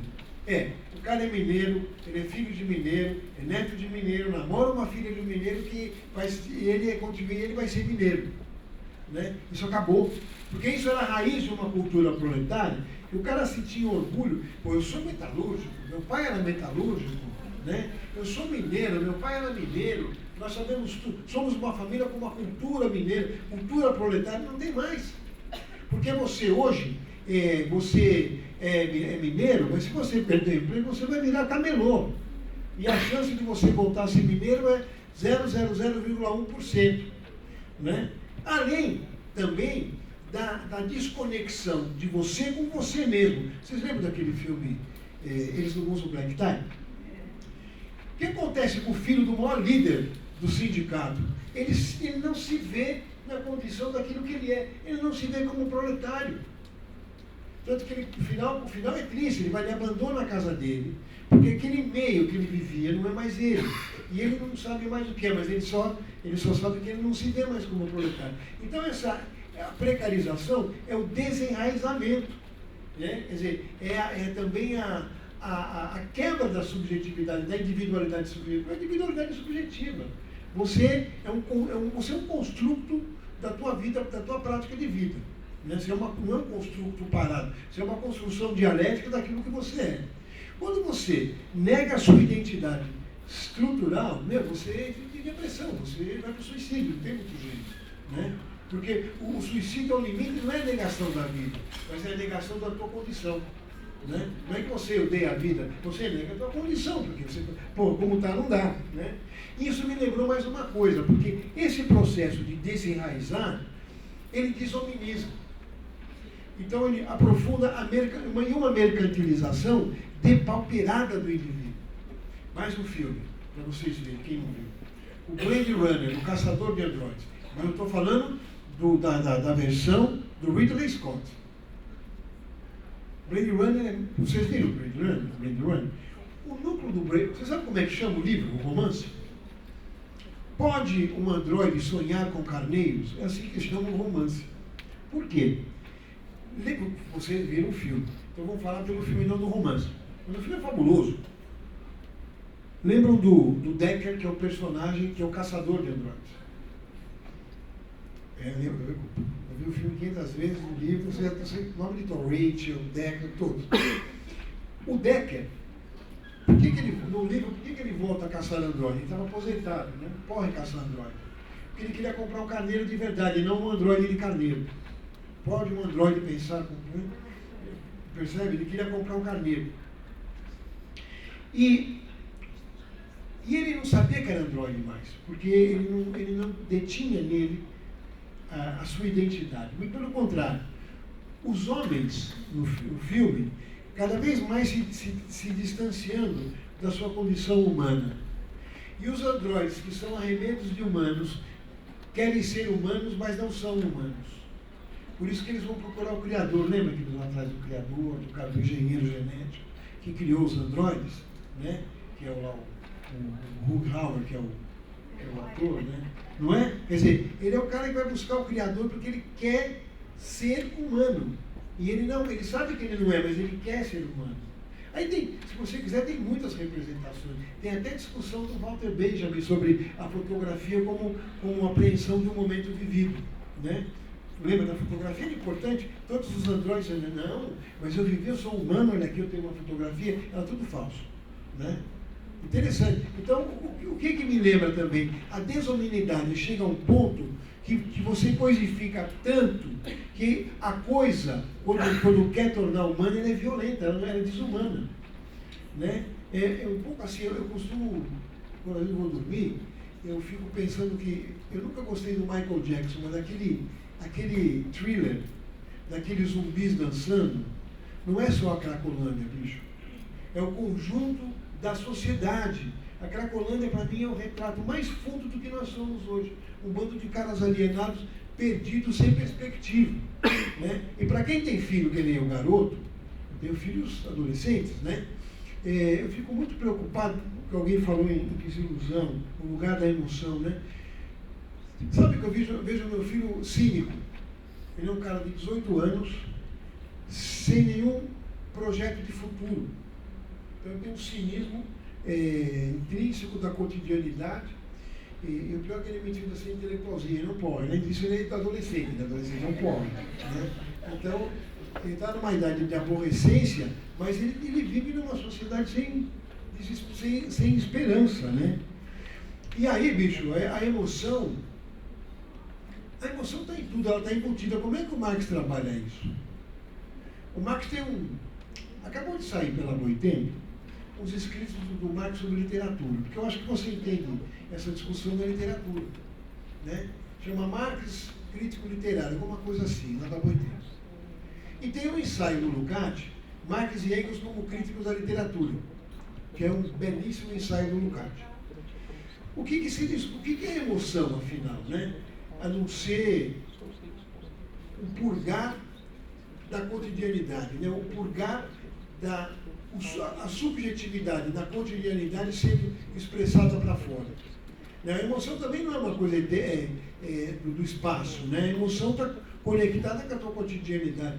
Por isso que quando o Balzac escreve Eugénie Grandet, não sei se você já leu esse romance, Eugénie Grandet é quase que um estudo psicossociológico, vamos assim dizer, né, da sociedade francesa, através desse personagem, Eugénie Grandet, né, as suas contradições. O que a angústia está sempre na impossibilidade de você realizar um projeto objetivo. A tua angústia é essa.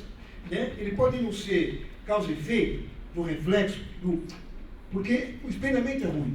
O espelhamento é o narciso na água, bicho. Não é isso que é o espelhamento. O Lenin vai desenvolver a tal da ability theory, teoria do reflexo, né? Onde o reflexo, e é o Lenin que vai desenvolver isso, e o Lukács vai Lenin vai colocar, e o Lukács vai desenvolver a ability theory, né? E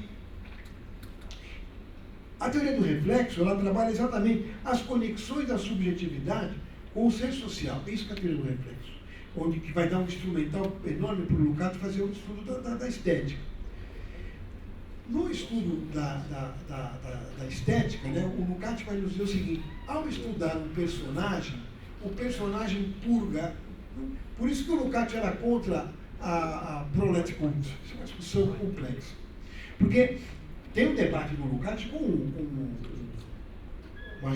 Brecht, né, onde ele fica contra o Brecht. Pô, eu nunca pensei que eu fosse ser contra o Brecht nessa questão. Eu adoro o Brecht, óbvio, quem não gosta.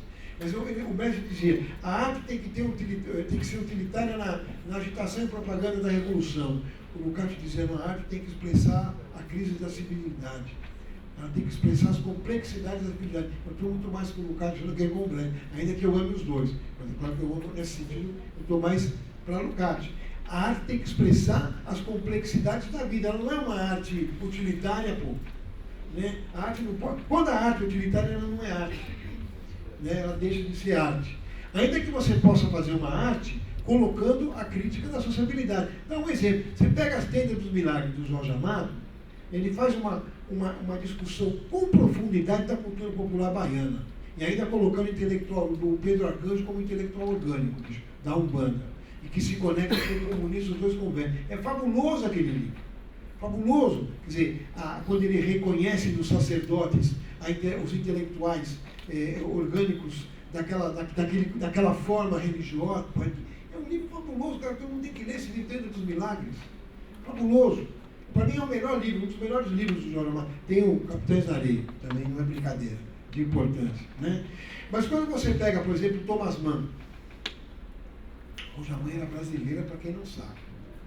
Dona Joana dos Santos Bruch, que morava em Paraty. Depois, no final, me lembro que o cara fazia uma fofoca, não sobre a Joana dos Santos Bruch, mas sobre aquele, como é que chama aquele cara que rema? Almir Klink.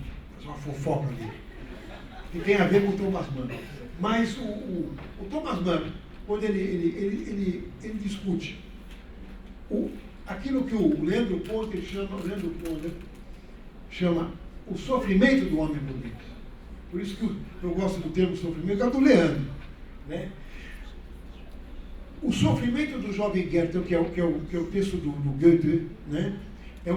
Ele vai influenciar profundamente o realismo alemão e o fundamental da reflexão crítica com profundidade. Quer dizer, onde é que está a emoção?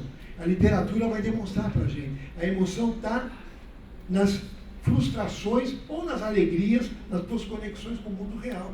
Então o Marx dá muito exemplo, os estudos literários do Marx, e o velho Lukács, estudando os realistas alemães. Os realistas alemães eram caras incríveis, né? Que nenhum deles era comunista de carteirinha, para dizer a verdade. Mas eram caras que maravilhosos. Né? É um pouco isso, né? Para não prolongar mais. O Porto Teleológico. Claro que o Porto Teleológico, Verdent, né? O Porto Teleológico vira ser Verdent. Ele também só pode ser pensado numa ação de praxis, né? Porque como a história não é linear e nem determinada, você pode colocar uma possibilidade aqui que pode não dar certo. A própria Revolução Socialista é uma. Você faz uma revolução libertária que se degrada, degenera e acaba e nos ferra. Porque o que sobrou daquilo é o que nós estamos vivendo hoje. Né? Essa degradação, essa ofensiva do capital e essa degradação, e sem nenhum projeto de futuro. Isso que a desgraça, a tristeza está aí. Né? Então, o ponto teleológico ele só pode aparecer em função da praxis. Mas não é qualquer praxis. Porque no século XX, ou melhor, com o capitalismo, quer dizer, você vai ter uma praxis sendo construída com uma teleologia, mas essa teleologia não se realiza como a gente quer. Ela vai ter que ser construída, o projeto que dizia o garoto aqui, chamo de garoto, porque poderia ser meu filho. O Gustavo falou a verdade, quer dizer, o projeto teleológico é aquele que você quer superar um mundo, ao limite, nós vivemos num mundo absurdo. Quer dizer, só podia gerar o surrealismo, porque é um mundo surreal. Né? É um mundo onde você fala assim, aquele cara é um bom comerciante. Ele compra por R$1 essa lapiseira e vende por 20. Porra, ele é um ladrão. Mas ele, né? Quer dizer, a ética é a ética de como é que eu exproprio melhor o trabalho alheio. Né? É um mundo maluco. Pensa se é um mundo maluco. O Marx, nos manuscritos, em alguns momentos, ele é muito engraçado.